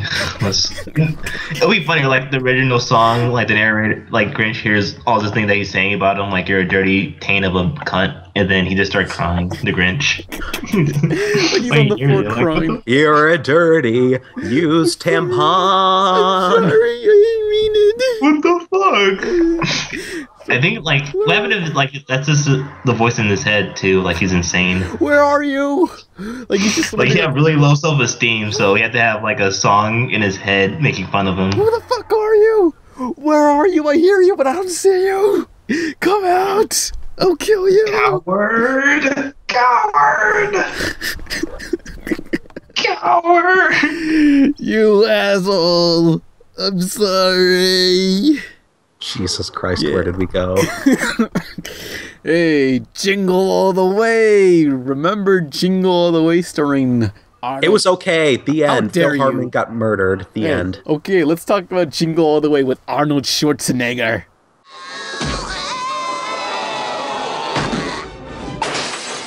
Jingle all the way. You picked the wrong day. So, what happened is Anakin Skywalker wants Turbo Man. Yeah, so it's this movie about Arnold Schwarzenegger and his son, played by young Anakin from the prequels, wants Turbo Man, and it's the must-have toy ever, and Arnold must track it down, but everyone wants it. And this was at the time when Elmo and Furby came out, and those were the biggest fucking toys ever. Because you remember the rush for Elmo? Tickle Me Elmo? No. Okay, you guys are too young. Oh, Tickle Me Elmo, is that the pedophile game? I mean, the pedophile toy when you have to touch Elmo and stuff. No. It's really uncomfortable to play with your family. Oh dear. Oh no. Yeah, Tickle Me Elmo was a big ass thing in the late 90s. Same with more like Tickle My Elmo. Some of the biggest toys in the 90s were like Elmo, Furbies, and Tamagotchis. Inappropriately touch Elmo. Although I never had a Tamagotchi, what I did have was the one that was like, it was like a Tamagotchi, but except with like those green aliens from Buzz from a Toy Story. Mm-hmm. And also a Digimon, because Digimon did not start out as an anime, it started out as one of these Tamagotchi things, and you could connect them with other people and you fought. It was pretty shitty. It was Pokemon. Yeah, but it was more of a Tamagotchi knockoff at first, and then it became a TV show, I believe. Because I remember we were just playing Digimon, those Tamagotchis, and my cousin was saying, "Hey, Pan, they're making a Digimon cartoon." It's like, what? Huh? How do you make this into a cartoon? What the fuck? Are you serious right now? This is bullshit. And oh yeah, wait. There's one more news thing. Isn't it like there's a rumor for a Mario CGI movie? Oh yeah, the Sony hack revealed that there was gonna be, well, there's plans to be a CGI Super Mario Bros movie, but it's just... Miyamoto said something about like, I'm not sure how that's gonna happen, haha, or something. I mean, well, the thing is, like, it's not really anything confirmed. It's just like one of those things that's out there, and maybe they'll do it, maybe they won't, but you never know. Yeah. But speaking of Digimon, yeah, there's gonna be a new Digimon series. Late little news tidbit for you all. Digimon is coming back. Yeah, it's gonna be... It looks terrible. Well, it's gonna be a continuation of the original first series, where all the original 7 and 8, or 8 Digidestins are grown up now. Yeah, I didn't watch Digimon, so I don't give a shit. Yeah. I don't like the new art style. Well, it kind of looks like every other anime that art style that they're showing, but the original anime had like its own style. It was definitely a little more cartoony than your typical anime style. But yeah. That's why it was better. Yeah, but yeah, Digimon toys. Crap. Let me finish talking about Turbo Man since we got off track. But yeah, if you all remember Jingle All the Way, Arnold Schwarzenegger has to track down this Turbo Man toy because it's the must-have toy, and Sinbad's there trying to fuck him over because Sinbad also wants the toy because okay, here's his comedy career not going as he planned. So here's the reason that he wants the toy, because he talks about his backstory and saying, I wanted this G.I. Joe knockoff toy or something, and I didn't get it, and now I'm a postman. And so Arnold Schwarzenegger needs to buy that Turbo Man toy, otherwise he thinks his son will turn out to be a failure like Sinbad, the mailman. The real life, Oh, no, the mailman, but I don't know. Well, Sinbad's now working on Steven Universe. He's the voice of, that guy. Wow, his career sure went up. Mr. Smiley, the guy who owns the arcade and does that coffee song in Steven Universe. He's the voice of that guy now. Wowee. Sinbad. But yeah, it was a great movie. Greatest holiday movie that I had to watch every year. I don't need the Turbo Man toy. My dad's a real Turbo Man. Yeah. Great movie. Fuck you, little Jimmy. I hate you so much. One of Phil Hartman's final film roles. Is that sad or that good? Well, you know, M. Bison's... Well, Raul Julia's last film role was Street Fighter, and he played M. Bison, and that was the perfect M. Bison, despite how shitty that movie was. That guy knew how to play M. Bison. Yeah. So it's a shitty movie, but great casting choices. Yeah, M. Bison. It's Van Damme. Although I think the Phil Hartman's final movie was actually Small Soldiers. Oh, I remember that movie. You all know who Phil Hartman is. He also plays that guy from The Simpsons. Hi, I'm Troy McClure. You may remember me from such nature films as Earwigs, Ooh, The Revenge of Abe Lincoln, The Erotic Adventures of Hercules, The Wackiest Covered Wagon in the West, Alice's Adventures Through the Windshield Glass. He's that guy. Oh. Yeah. Yeah, I know who that is, totally. Phil Hartman. Yep. What were some of the things that you got around Christmas time? Consoles, I guess. Anything memorable? I remember a Nintendo Wii, and then I got Twilight Princess, and I didn't know what the fuck to do, so that was a dud. And also, I got what did I get for Christmas? I think it's video games. I remember making a huge ass list for a whole bunch of video games, and I got like only 2 of those. Oh, poor you. Yeah, I know. I wanted a car, but you know what I got? What? A toy car. Welcome to 16, my super sweet 16. I didn't even want that car, you idiots! Oh. Why is this car blue? My favorite color's red! Did you guys ever do that during Christmas, like when you were younger? I remember asking for something I totally didn't get what I wanted, so I was just silent about it. I didn't really try to complain. I did something. I was like, I don't want to be ungrateful. I did something like that, but I don't want to talk about it ever. in the history of the world. Yeah. What, did you hurt someone? Did you punch someone? Hey, one of my favorite Christmas things that I got in was Diddy Kong Racing on 64.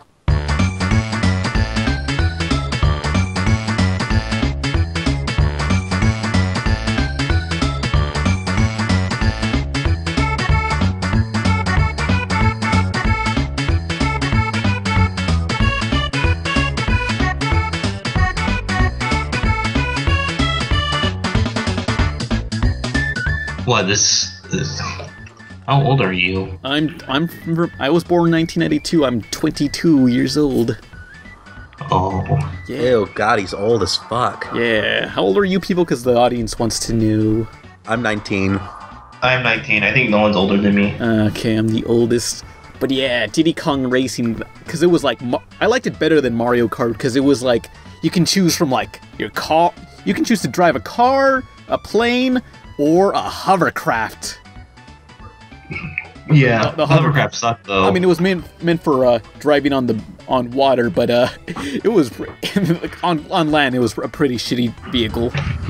But one thing that really bothered me about Diddy Kong Racing is that there's 4 worlds, or 4 or 5 or something, like island. No, there was dinosaur, there was ocean, there was lava, and the lava world.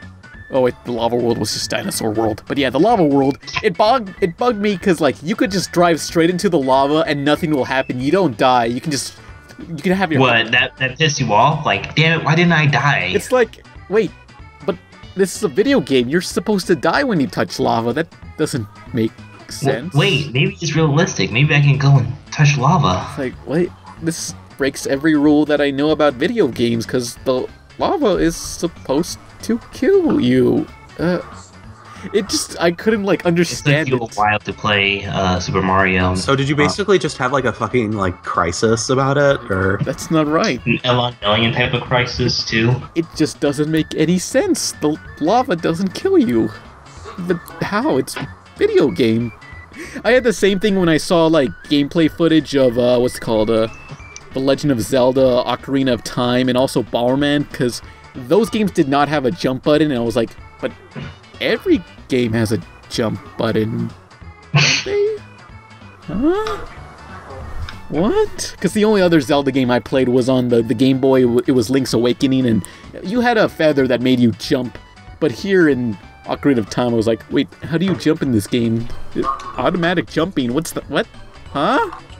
Oh my god. How does this work? This game is different. This game is different from the other game. That makes it bad. I thought every game had a jump button. But why haven't my parents told me this? My parents didn't prepare me for the real world. Oh, there's no jumping button. Same goes for, oh yeah, in Bomberman 64, like, okay, you know those kiosks at like a Target or some store where they just play a demo of the game?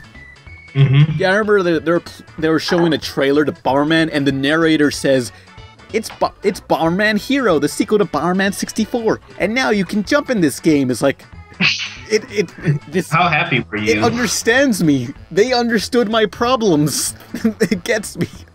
Marketing. I can jump? Thank you. Thank you so much. Thank you, Sakurai. Thank you, Konami. Thank you, Toriyama. I'm so thankful I can finally jump. Oh, God. Yes. Oh, wait, hang on. I'll be back. Thank you, Shrek. So, Nolan, was there anything that you got for Christmas that you really liked?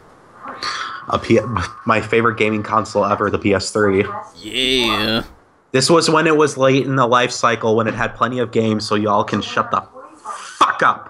Well, for me, I got the PS3 like the same year, 2006, when it was first released, and there were no games. PS3 had no games. How did it feel spending like $700 on like an original PS3 pan? Although, hey, the good thing about it worked in the long run, because the original series of PS3s, they could play PS1, 2, and 3, so that was 3 consoles in one, because I did not have a PS1 or 2 growing up. So it's like, this is the greatest console ever. That's why I call it the PS3. It's 3-in-1. Yeah. I understand. Well, the newer PS3 models, they cannot play PS2 or PS1. They're not backwards compatible. Yes, fuck, I'm pissed about that. I mean, it's like, yes, this is the greatest console ever, 3-in-1. I was like, oh, well, I got a PlayStation game now. Now I can play this Spider-Man 2 on PlayStation 2 now. Yeah, I got 2. And then it doesn't work. Yeah, since there were so few games on it, there was 3 games that I had at the time. It was Bully on PS2, Motor Storm. This on PS1. Yeah, it was this racing game, but the problem with that game, it was too realistic, where the physics are just like, this isn't fun to play. I had a cool idea where it was just truck versus car versus ATV versus motorcycle all driving, and I don't know, I just hated the physics in that game. It was kind of like a more realistic version of Excite Truck that came out the same time, and I liked Excite Truck way more. That was more fun. Because it was just fun as hell. It was just unrealistic. But yeah. And the third game that I got for PS3 at the time was Sonic 06. Yeah! Dun dun dun dun dun dun dun dun. Do do do do do do. Do do do do do do do. You got the greatest game ever made. Congratulations. Yeah. Did you beat the game or no? No, I couldn't even get through the first. I couldn't get through the first silver stage. Oh yeah, but sad. Let me tell you about Silver. Okay, so this was. He's a pothead. Okay, so 2006, this game came out, and about 2 years before, I met this girl at school, this goth girl Jenny, and she was telling me how back in like 2004 or 5, she wrote fan mail to San Francisco Sega of America, and she loves Silver the Hedgehog. And she wrote fan mail to... No, she loves Shadow the Hedgehog. Silver was not created yet. And she sent fan mail to Sega of America, and she included a drawing of her Sonic OC, because Jenny likes to draw a lot of Sonic OCs in because she showed me her sketchbook, and it was full of just characters. It was just full of Sonic the Hedgehog and Silver the Hedgehog or Shadow just jacking each other off. But anyway. Nice. Oh, no, wait. Okay, I met her last year, and she was telling me about 2003, 2004, and at the time she sent fan mail to Sega of America in San Francisco and included a drawing of her OC, and apparently, this is what she tells me, is that they wrote to her back saying, hey, is it cool that we use your character in our upcoming game, Sonic 2006? And apparently that character resembled Silver the Hedgehog, so she kinda is sort of the creator of Silver the Hedgehog, but... I want to see the letter, because I don't believe her. Although, here's what I think is what happened. Basically, she sent in a character, and coincidentally, it managed to look just enough like Silver, to the point where, hey, this looks like our character that we have not revealed yet. This person could sue us, and we have seen this message. What do we do? And apparently they made an offer to her, but she said, nah, I don't want any money. So I think that's what happened. What? I want to. I don't believe that. I want to believe my friend. She didn't create it. She just managed to guess what Silver was going to look like, and I guess I'm assuming that's what happened if what she said was true. I want to believe. I'm gonna say that's full of shit. Mike, look, are you calling my goth friend a liar? Yes. No. Well, I ain't calling her for dinner. Heyo! Comedy! Oh, That's the wrong number! Doh. Damn. Put your next top 10 greatest comebacks in the comments. That's not cool. But yeah, so my goth friend that at school apparently is sort of the creator of Silver the Hedgehog in a way. Not really, that's a lie. I'm assuming she guessed what Silver was going to look like, so she... Maybe they're just being really nice. I want to see the letter. Oh, man. Is there a letter? I gotta find her again and ask her, like, hey, where's that letter, lady? I needs to see it. And then she's gonna be like, oh, I was lying. No, why would a goth girl lie to me? Because they want to get away from you. Damn. Not again. But yeah, Silver the Hedgehog, she kind of is associated with the creation of the shittiest Sonic character since Charmy the Bee. Don't you diss Charmy the Bee like that. There's fans. Yeah, but any other favorite gifts for the holidays you guys got? A condom, but I never used it. None that I can think of specifically. Oh, wait, at school, did you guys ever have like a Secret Santa? Oh yeah, I was terrible at that. Oh, I don't know if I told this story, but we were having a Secret Santa for 3rd grade, and I unwrapped this cool spider-looking thing. It was like a spider toy or whatever, and it was like a spy gadget thing. It didn't work, but it was cool. And it was like you could take somebody's toy so long as you gave them the one you currently had. So me and this one kid were like constantly doing that with the spider toy. Like he kept giving me shit and whatever, and there was only like one present left and everybody was still trying to trade. And I felt really bad for the person who had who had the one toy left. So I was like, I felt bad, so I went and got it. And it was a fucking Sonic Tiger Electronic handheld. And I missed the spider robot. And then like I got so mad I went over and threatened the guy who took it from me. I was like, I'm gonna beat you up. Was it like some sort of like remote control spider? Yeah. Did it have like a camera inside? Maybe, I'm not sure. I don't know. It was like I remember you had the limit of like $5 to $10 for these elementary school gift exchange, and I don't know. I just someone gave me socks and a timer that's included with the socks. I guess it was for like for running shoes. I don't know why I got fucking socks. I remember someone gave me this like really neat, awesome wallet, and I completely forgot about it, so I just drew like a shitty ass card saying Merry Christmas. Merry fucking Christmas. And Mara was like, it was like 5th grade, so Mara was terrible. So she paid like $50 for this wallet, and I just gave her like a shitty card. Damn. Yeah. That I drew at the last minute. It was on lined paper. Damn. Oh. Yeah. I am Hitler. Although that was always the best parts of school, is whenever it was the holiday season and you know that you were going to have like a week or 2 weeks off. And they always have a party at the very end, and everyone was asked, like, bring in one of your movies or plug in one of the consoles to the TV. You guys ever did that? Well, I never brought a movie. We had these movies, and we had to pick which one we wanted to see. We were gonna watch this old Roger Hammerstein or whatever the fuck. No, wait, the guys who did the stop motion thing. Oh, crap. I forgot the name too. Harryhausen. Harryhausen, yeah. Roger Hammerstein is a musical guy, but whatever the fuck you just said. We were watching one of those Christmas specials, and this kid was like being really fucking obnoxious. So like, they stopped the Christmas special and made us do homework. Because I hate when that happens. Because like every time in school, like one kid acts out and everyone has to get punished.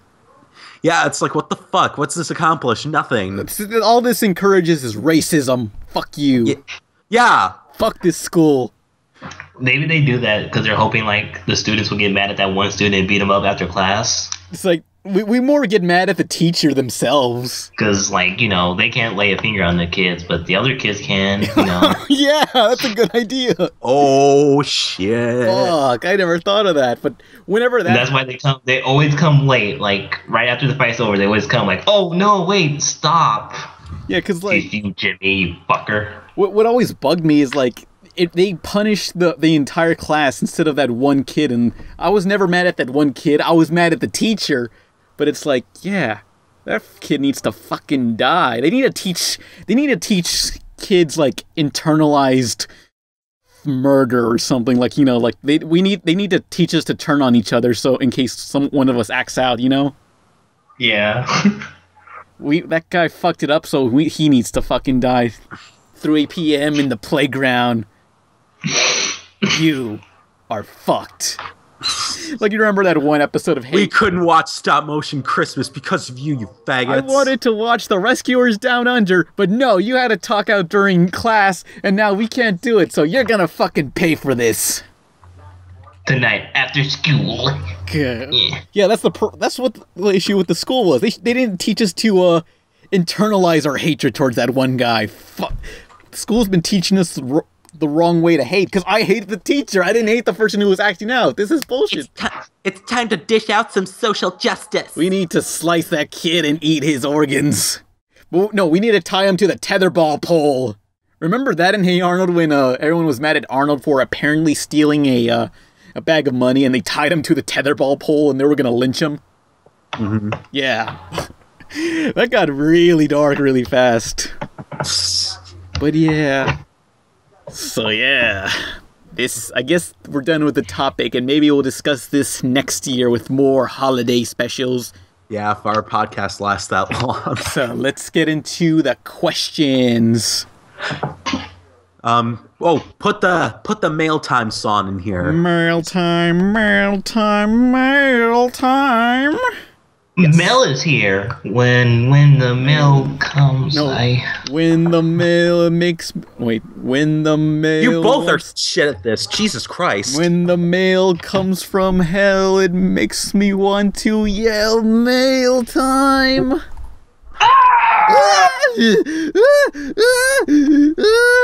Here's the mail, it never fails. It makes me want to wag my tail. When it comes, I want to wail. When it comes, I want to wail. When it comes, I want to wail. When it comes, I want to wail. Mail! Fuck. And that was Blue's Clues. We should have a Nick Jr. elementary, a preschool themed podcast. Oh, great. That one we can talk about being puppy cats. Heyo! I'll kill you.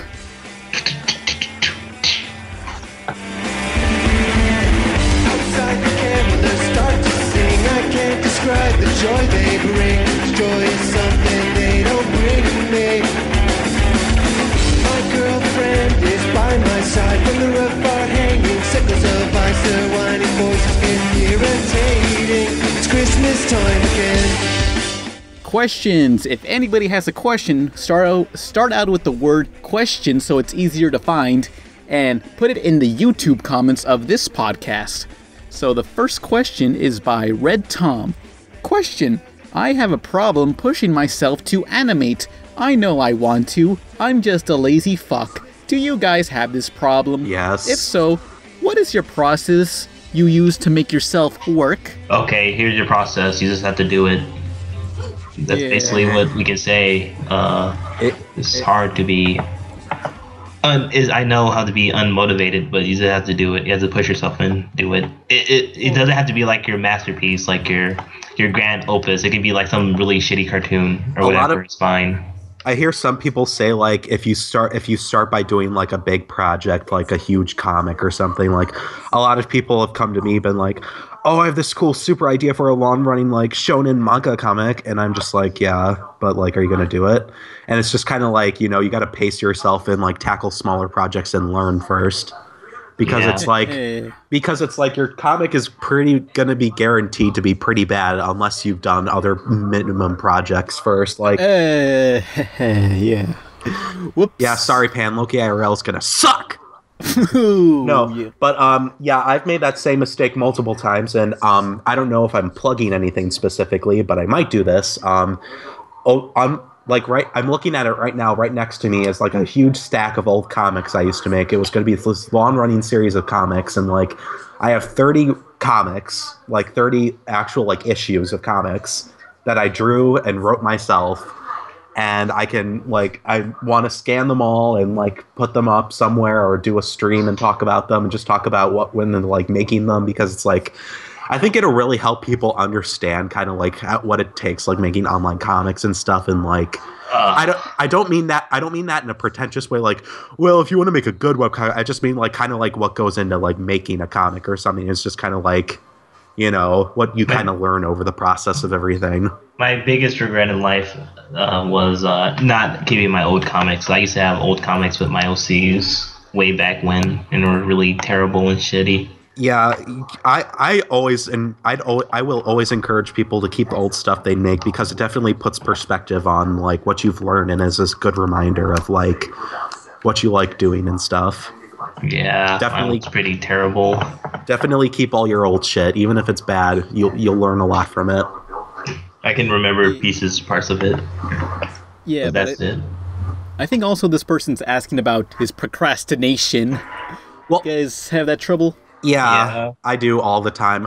I've been procrastinating a good bit on my fan comic, which I know sounds, you know, hypocritical, but whatever.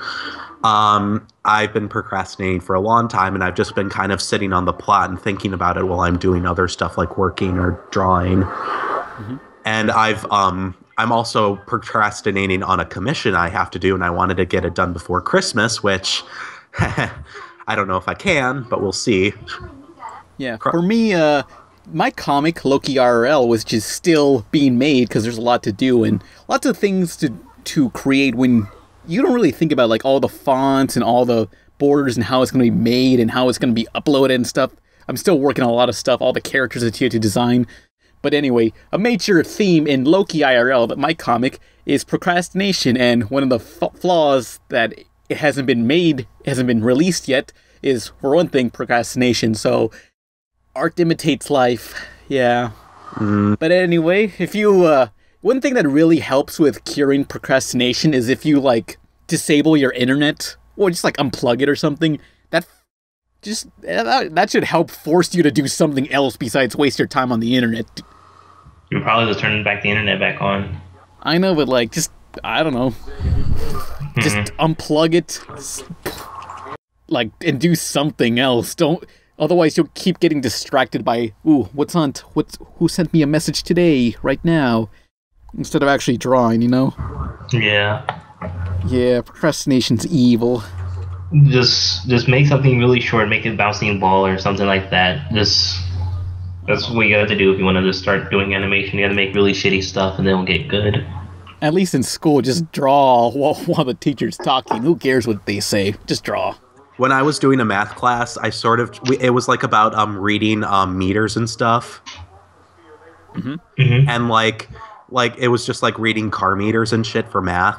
And, like, I just wound up drawing a car dashboard and shit and a window and, like, the scenery outside. And the teacher just kind of looked at me disappointed and just went, and I was like, what? Oh, Back Nolan. in third grade. God damn it, Nolan. But yes, on to the next question? Yep. Okay. Yeah. King Darthrog. As an aspiring filmmaker, do you recommend jumping straight into indie filmmaking or waiting for something to come up? Okay, what are you waiting for? What are you waiting for? Just do it. What, are you so great that you can just make your magnum opus right now? I mean, you have the internet. You have a way to show people what you can do. Just do it. It's the last question. It's still kind of the same process, though. It's kind of like... it's still kind of like taking baby steps. It's like, would you really just like learn about film and then you're like, you know what? I can draw. I can make stuff. I can do this. Like Andrew fucking Dobson got a degree and he's like, yeah, I'm a cartoonist. And look where he's at now and look how people approve of him. If you're just stuck in this mindset that just because you learned how to do it means you can and you'll do it flawlessly, then you're going to fuck up and people are not going to respect you as a creator. You got to like Dobson lesson is just don't be a dick to people. Yeah, and just start by making small stuff. Like there's this one really cool YouTuber, Dom Farah, that I watched, and he just started out doing stupid skits, and then he just made a dumb short movie, and then he kept making those, and now he's making like really damn good movies, like short movies still, but they're still like really high quality and really, really good. Yeah, just make something like, it doesn't have to be like a 2-hour epic, just make like a short film. I mean, like, lots of animators like start out just making like 2-minute long animations, just do that. It doesn't even have to be a minute or anything. It could be like 30 seconds or just anything, just so you can have foot through the door. If you don't want to spend the time animating, which that takes a lot of time, just make a comic. That takes significantly less time to do so. Just do that. I want to make shit comics. Yeah, you have the internet. You have a way to show people what you can do. I mean, you didn't have that years ago, but now you do, so you can do that. So yeah, that's the opportunity to do so. Don't just wait for it. I don't know what you're waiting for, but just do it. Oh yeah, waiting for something. That's something that I feel needs to be talked about a bit more in depth. Again, I'm not trying to claim that I know everything or I'm like, I'm the fucking best at everything and I know exactly what goes on. I'm the second coming of Jesus. I'm not trying to say I'm the know-all end-all. I'm just saying these are my opinions, and I think when it comes to like waiting for something, that's more of like a business thing. It's not like there's not like going to be a good time to release something unless it's like business oriented or like you're doing it for an anniversary or something. Otherwise, yeah, just go for it. Yeah, like unless the time you release it has a meaning to it, or if there's a reason other than, well, I'm just waiting for when it becomes more relevant or something. You know, does that make sense? Yeah. Or am I full of shit? I don't know. But full of shit. For example, like my Frederator thing, like I was making these videos for like 4 years until they finally became financially successful to do so. Yeah. And it took like 4 years to do it. The thing is, you're waiting for it to become successful, but you're also keep continuing to do it and not just like quitting and just doing something else entirely. Yeah. So it's a bit of both. Yeah, if you like quit your job or something, you're like, I'm going to be a YouTube star. Well, you're going to be fucked. Yeah. It's better to keep your job and try do the YouTube thing until it becomes successful, then quit. Because just like, balance between the two. Yeah. Because like, yeah, it's going to take time and you're going to be waiting a while for sure. And like, you got to have passion too. Cause like, were you just making those videos just like, because you were hoping like that you'd be financially successful, or did you just genuinely enjoy them? Both. Exactly. So you had both at least. It's like, no one's talking about these. It's like, all right, Teen Titans on the internet. Is there any videos about Teen Titans? Like, nope. Well, I guess I'll have to do it. And that's one of the main strives where it's like, no one's talking about this. I guess I have to. Yeah. Yeah. Basically, Pan had a job before his videos got more popular, so. Yeah. Jobs. Jobs suck. Ooh. Yeah. Next question. Dustin Davis. Question. Since you guys talk about the characters that you all made, who would you have voice your characters? Well, let's start out with our icons for characters. Like, who would you imagine voicing your icons on this podcast? Oh, fuck. I remember saying this to you, Pan, or someone.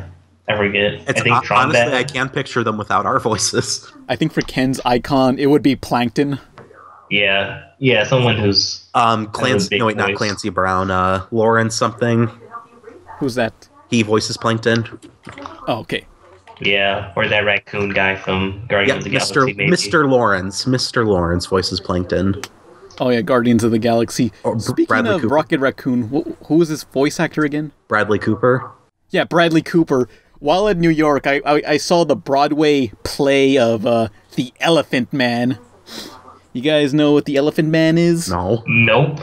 Okay, basically, he was this deformed human being with like, who his whole body was just like, basically looked like fungus. He was just this, I don't know what he was, but he was a deformed human. But in the Broadway play, he was just Bradley Cooper with standing at a weird stance and has his mouth to the side, talking like this. So basically, they foregone like the original source material just so they could have a pretty boy recognition. Pretty much. I mean, at the beginning they showed a picture of the real Elephant Man in history, but it's just Bradley Cooper here standing weird. Bradley Cooper. Oh, fuck. That was the driest thing ever. Plays are not for me. But also, while I was in the theater, Tobey Maguire was there. Hi, Tobey Maguire. Holy shit. Did you talk to him? No, I'm not gonna walk up. I don't know. I have nothing to say. He should have said like, are you in or are you out? And see if he gets it. It's you who's out, Gobby. Out of your mind. Oh, we could have had him as a guest star. He ruined it. Would never be popular now. Bring in Tobey Maguire. Everyone on Tumblr. I mean, everyone on Twitter. Go to Tobey Maguire's Twitter and say, "Hey, you want to be on the Pizza Party podcast?" Have him say pizza time. Yeah. Sometimes pizza time. Sometimes pizza. And all we will talk about is the video game and not any of his acting careers. Like Toby. So Toby, did you play the video games of Spider-Man? Will you fucking stop talking about Spider-Man? I'm fucking tired of that shit. Leave me alone. What if they recast him for the MCU? By the way, that is happening. Spidey's going to be in MCU now. What? He's going to be in the Marvel Cinematic Universe now. They struck a deal. Yeah, because what happened was 20th Century Fox, I think, owned Spider-Man. No, and Sony does. Okay, Sony owns Spider-Man, and instead of Marvel Cinema Films, also made by Disney. So now they apparently struck a deal. So all they need left is X-Men and I think and Fantastic Four, and then they can have a complete universe. We don't really need Fantastic Four. I mean, and we don't need X-Men either. Fuck those guys. Well, X-Men's doing good on its own. Yeah, so that's I haven't seen the last one. I haven't seen Days of Future Past yet, but I heard it was really good. But I really loved First Class. First Ass, more like it. Yeah. Am I right, fellas? X-Men half-assed. Am I right, fellas? Yeah. Oh, crap. Right. The question. So, yeah. Voicing our characters. I've said it before. I always pictured, like, Dan Schneider, the voice of Master Shake from Aqua Teen, to voice Pan Pizza. Wait, Dan Schneider? Is that the same Dan Schneider who made all the Nickelodeon sitcoms? Oh, wait. I'm thinking Dana Schneider, or I don't know. No, Dan Schneider. Someone's Dan Schneider and someone's Dana Schneider. What the fuck? I don't know. They're two different people. But yeah, Master Shake as the Pan Pizza voice. That's how I've always imagined it. I am forever. I am immortal! Shake, no! Wait. I'm not immortal here, okay? Hang on, Shake. We'll call for help. Tell him to let go. Hurry. I think that the branch will hold for... It's not holding! Who do you think you'll be voiced by? Nolan? I honestly can't picture... maybe Chris Pratt? Chris Pratt? Maybe? I don't know. I haven't thought about it because I just always pictured my voice. Because, you know, he's supposed to be me. I don't picture my voice for my character at all. I'm not like this. Well, these are supposed to be mascots representing us. You guys just... He's a shitty mascot. What the fuck? Idiots. I think Ken's character could also be voiced by Mandark from Dexter's Lab. Yeah, anyone who's nerdy, I guess. Or demanding. Sounds like it. But I have a list of characters on my Tumblr of all the characters I've created, and in my head I kind of pictured how some of them would sound. Mm-hmm. I guess I'll link to my character list in the description also. Fuck you. But I guess I'd be the voice of Emily. Fuckers. Alright, next question. Next question. Fuckers. Next question.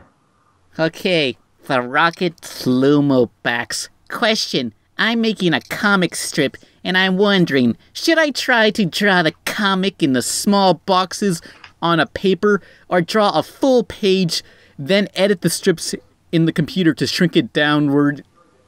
Okay, basically what this person is saying is... Basically what this person is saying, should they just make, like... Let's say if they're making a... hang on. Let's say they're making a comic... I get what they're saying. That's going to be printed out. Should they just draw it like it is, where it's all together in one page, and just color it? Or should it just be a bunch of individual pictures that he compiles together and edits together?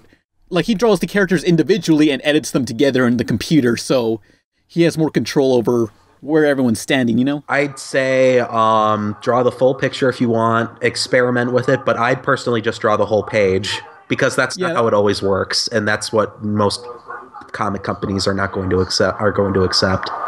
Yeah, that's what a lot of comic companies do, because it's a lot faster. Because if you draw them individually, then you kind of have to, like, in your head, plan out, like, okay, how big is this character, and how much space are they going to take? So yeah, it's easier just to make the character fit to the page, like the entire panel fit into the page, as it would in the final result. Yeah. And also they say, how do you do it, and what program should I use to do this? Well, traditionally Photoshop. I do it with my penis. I use Paint Tool Sci to draw, and Photoshop for my image editing needs. No, Paint.net mostly, Paint.net with a bunch of plugins. Hey, but Photoshop is probably a better option. I just use Paint.net because it's free. I haven't made comics yet, so but I use Sci to draw, so. Well, for me, the closest thing I have to a drawing tablet is my iPad, and I just draw on this app called Procreate, and I just draw the black and white line art on there, and then I color it in Photoshop. You can either use Procreate or this other thing on iPad that's free. It's called Adobe Ideas, and you make vectors, which what a vector is basically you draw like a line or a drawing in black and white, and you can zoom in, and it never gets pixelated. A vector just keeps stretching and stretching, and it never gets pixelated. I want to draw with vectors so bad, but I don't have any vector drawing software.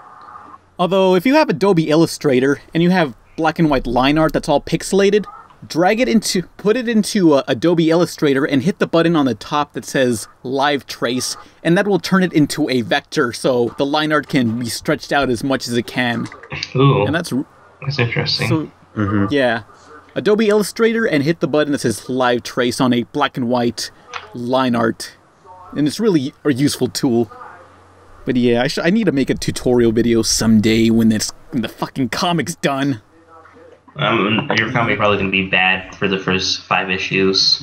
And You'll probably see. Good. It's probably going to be You'll really. It's going to start off really bad, and probably going to get good later. Sorry, we totally fucked up your question, friend. It'll save the world. God, I fucking hate Wario Land. Jason Yim says, question, what are your thoughts on the ending of Legend of Korra when they shipped Korra and Asami? Because that shit came out of nowhere. Wait, what was the question?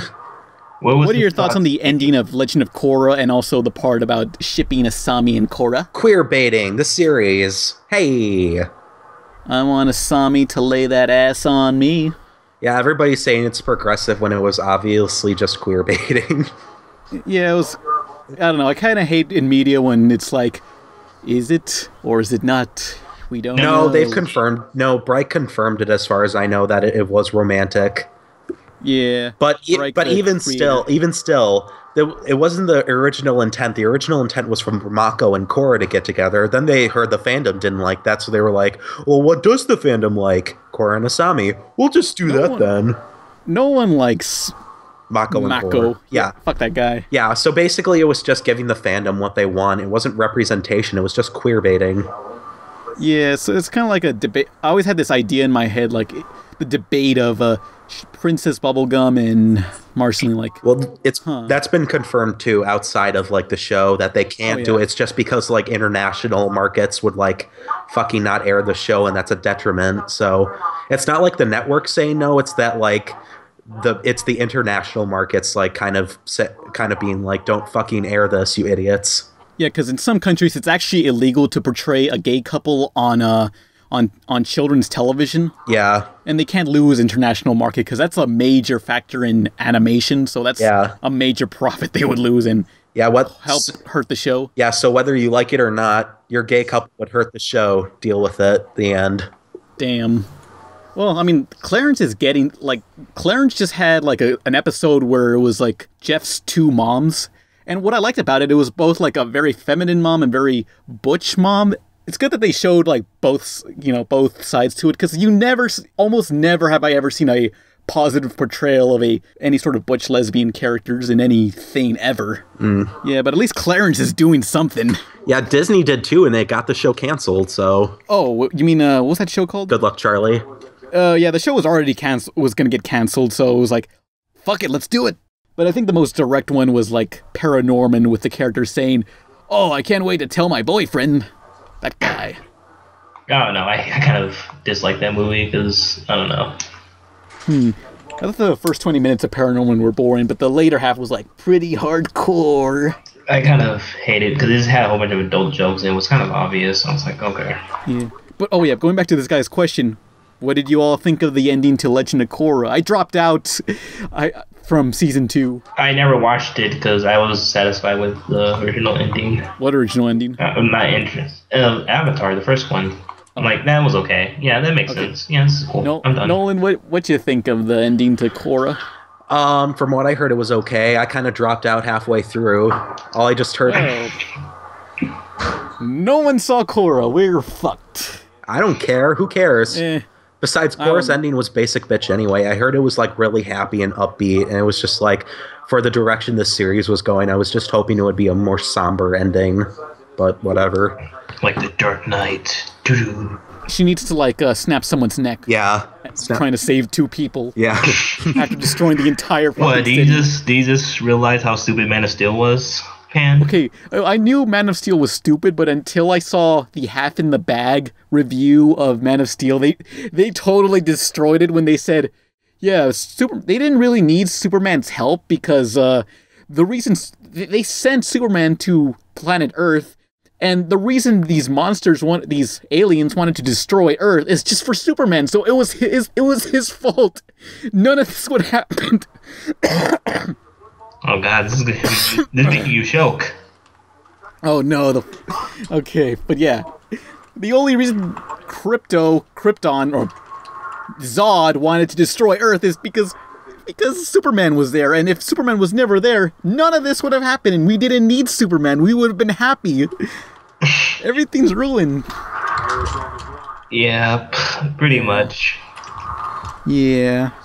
Yeah, Okay. I would have liked it better if, like, Superman was like, fight me here, and then he goes to a place where there's no people, or something. Yeah. That would be easier to fucking make. Like, it will cost less money to make all those buildings. Mm-hmm. So let's see. Dodger and Ice. Question. This is a question for everyone. I guess me and my friends just started making a podcast, and as of now, We answer this question every fucking time.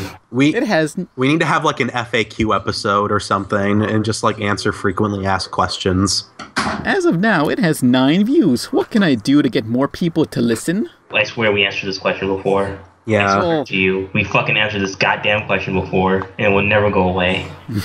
Well, for one thing, is like, if I were to just upload these podcasts all by themselves without me doing any other videos, no one would have seen them, but I already have a pre-established audience, so... Yeah, most podcasts have a pre-established audience, like, this one podcast I follow, hold on, it's with, 2 voice actors from video games, Kevin Miller, who voices Sly Cooper, and some other guy. It's second funniest podcast. And they have a pretty solid user base, like of 1,000, which is good for a podcast. Mm-hmm. You know, it's not on YouTube or anything. But the guys at Frederator, they were encouraging me, saying, "Yeah, you should get this on iTunes." Which I'm actually gonna work on that for next year. That's one of the resolutions, I guess, to put it on iTunes. Oh, now you can put it on iTunes. Finally, I'm gonna do that. Are you the only one in all of the other people that work for Frederator that have a podcast, or? Well, no, there's someone there named Cade. He's on this toy-related podcast, Toy Pizza. Well, they do videos reviewing toys, but also they have a podcast where they discuss toys on Toy Pizza. Look it up. Okay. I'm not. Yeah. But yeah, you need a pre-established audience. You need to get that on iTunes, because they were saying, like, if you get it on iTunes, you're bound to find other people who are just, like, browsing around and just like, oh, look, animation podcast, never read this one, I'll try it. And that's how, I don't know, it's hard. Because, I mean, like, making a video, trying to get people to listen to your podcast is pretty difficult, because podcasts tend to be hour to 2 hours long, and that's pretty hard to get an audience when you don't have a built-in audience.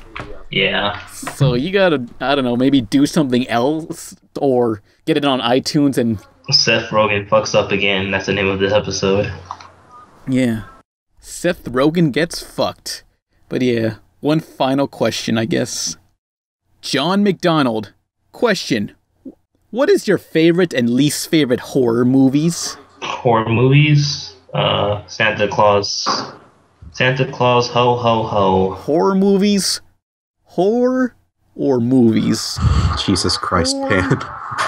You've been saying that way too long, dude. Which do I like more? But yeah, I think recently during Halloween, I saw this one obscure horror movie called Trick or Treat. Do you guys remember that one pilot I talked about called Dead Time Stories? No. It was in the first top 10 pilots video, and it was about this girl and in this haunted neighborhood, you know? Yeah. Okay, turns out that was created by the director of X-Men 3 and Superman Returns. I forget his name, but he also decided to make this small independent horror movie called Trick or Treat, and it's an anthology film, meaning it's like separate stories and they're all woven together. They don't have much to do with each other except for this little mascot that kind of walks around in the background, this little pumpkin-headed kid. I mean, if you have a short attention span and want some anthology films of a horror movie, short stories, This is a pretty good one because it did not make it to theaters, like all theaters across America. It only went to a few theaters, then straight to video. But it's a pretty good anthology film series that's legitimately tenseful. Yeah, I need to see that. We were going to watch it at a friend's house, but instead we watched like what was it? Santa like Kills. No, it was like Killer Clowns or something. Killer Clowns from Outer Space? Maybe? I don't know. I don't think it was that. It was a really cheesy tongue-in-cheek horror movie. How was it? It was okay, I guess. I mean, it was pretty funny because of how cheesy and dumb it was, but that was about it. Someone has like the sink on in the background? Yep, that's my dad. Hi, Dad. Dad, come say hello to the podcasters. How's it going, podcasters? Hello. So, Ken, do you got a favorite? Oh, I get ground pound there. Thanks, Wario Land 3. Shit, Ken, you got a favorite? You got a favorite horror movie? Fucking Wario Land 3. It's fucking scary on how fucking bullshit and cryptic it is. That's not a horror movie. One of my favorite horror movies is Paranormal Activity 3, baby! Final Destination! That movie is terrible. Do you people even watch horror movies? I don't. I don't really watch horror movies, so I wouldn't know. Well, hey, Repo the Genetic Opera, that's kind of a slasher movie, but a musical version. Repo Man.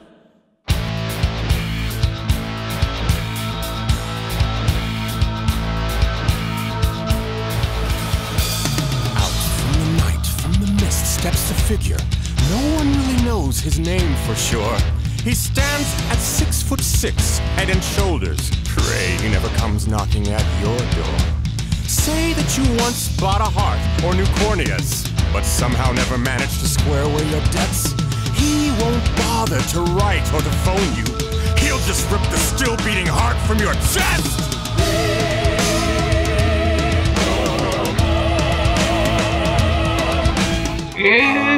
I'm trying to think of a horror movie I legitimately enjoyed.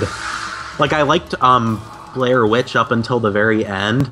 I like VHS a lot, actually. VHS is a really good creative horror movie anthology. VHS? It's just it's like it has multiple like short stories, and it's all connected by this one bigger story. Like, the first one is good, the second one is slightly less good, but it's still okay, and I hear the third one is terrible, but I haven't seen it yet, so I don't know. Mm-hmm. But yeah, VHS, I like those. They're really good. I don't really watch horror movies. I get scared easily. I'm a puss. I'm a wuss puss. I think one of the earliest, not quite a horror movies, but really scared me when I was younger is going to see the movie The Mummy. Oh yeah, I remember the one with the bug crawled up the guy's skin or something. Oh yeah, that was gruesome. That was awesome. The Mummy itself was just horrifying. It's like, why did my parents take me to this? This is Indiana Jones? No. No. Like, I remember, like, throughout the entire movie, I was crying and covering my face with, like, my parents' jacket. It's like, I don't want to see this. Why'd you take me to this? And what's weird is that they made a children's cartoon on Kids WB, like, a year later for that movie, and I was like, why? That's not a kid's movie at all. This is the Jackie Chan Adventures. Fuck I don't want this shit. Fuck you, Ma. What the fuck? Do you say fuck you, Ma? Yeah. Excuse you. Yeah. It's like, why? But yeah, I mean, I guess the real horror movies are the ones that, like, feel more close to home, like threats of nuclear annihilation. I mean, I don't know how that Seth Rogen movie's doing. I have this big fear of nuclear explosions. Like, jeez. It's like, oh, hey. I mean, if you look at the news, like, I think maybe Sony's actually going to try to release the interview online. Uh-oh. Korea, if they release one where, what's that? Wait, do you hear whistling in there? Oh god. Holy shit! No, Seth Rogen! Oh god damn it, Seth Rogen blew us up! Oh my god! Oh my god! Green Hornet fucking sucked! It's burning up. I sure am. Burning up. I am bleeding to death. Pan, Ken, are you guys okay? I feel pretty hurt, alright. Oh god, my everything God. looks like Fallout 3 New Vegas. Oh, that's the worst one. Only on Xbox 360. Buy it now. Oh, God, Seth, you fucking idiot. Your eyes are hanging out, like out of your sockets. God Disgusting. damn it. Wow, that's pretty cool, bro. Can I poke at it? No. Okay, I'm gonna poke at it. I'm gonna touch it. Damn. Well, Oh, I guess. dead. Well, I don't think our recording equipment's gonna last much longer in this outfield of Fallout. So, I'm Pan Pizza. Who are you people? I'm a corpse.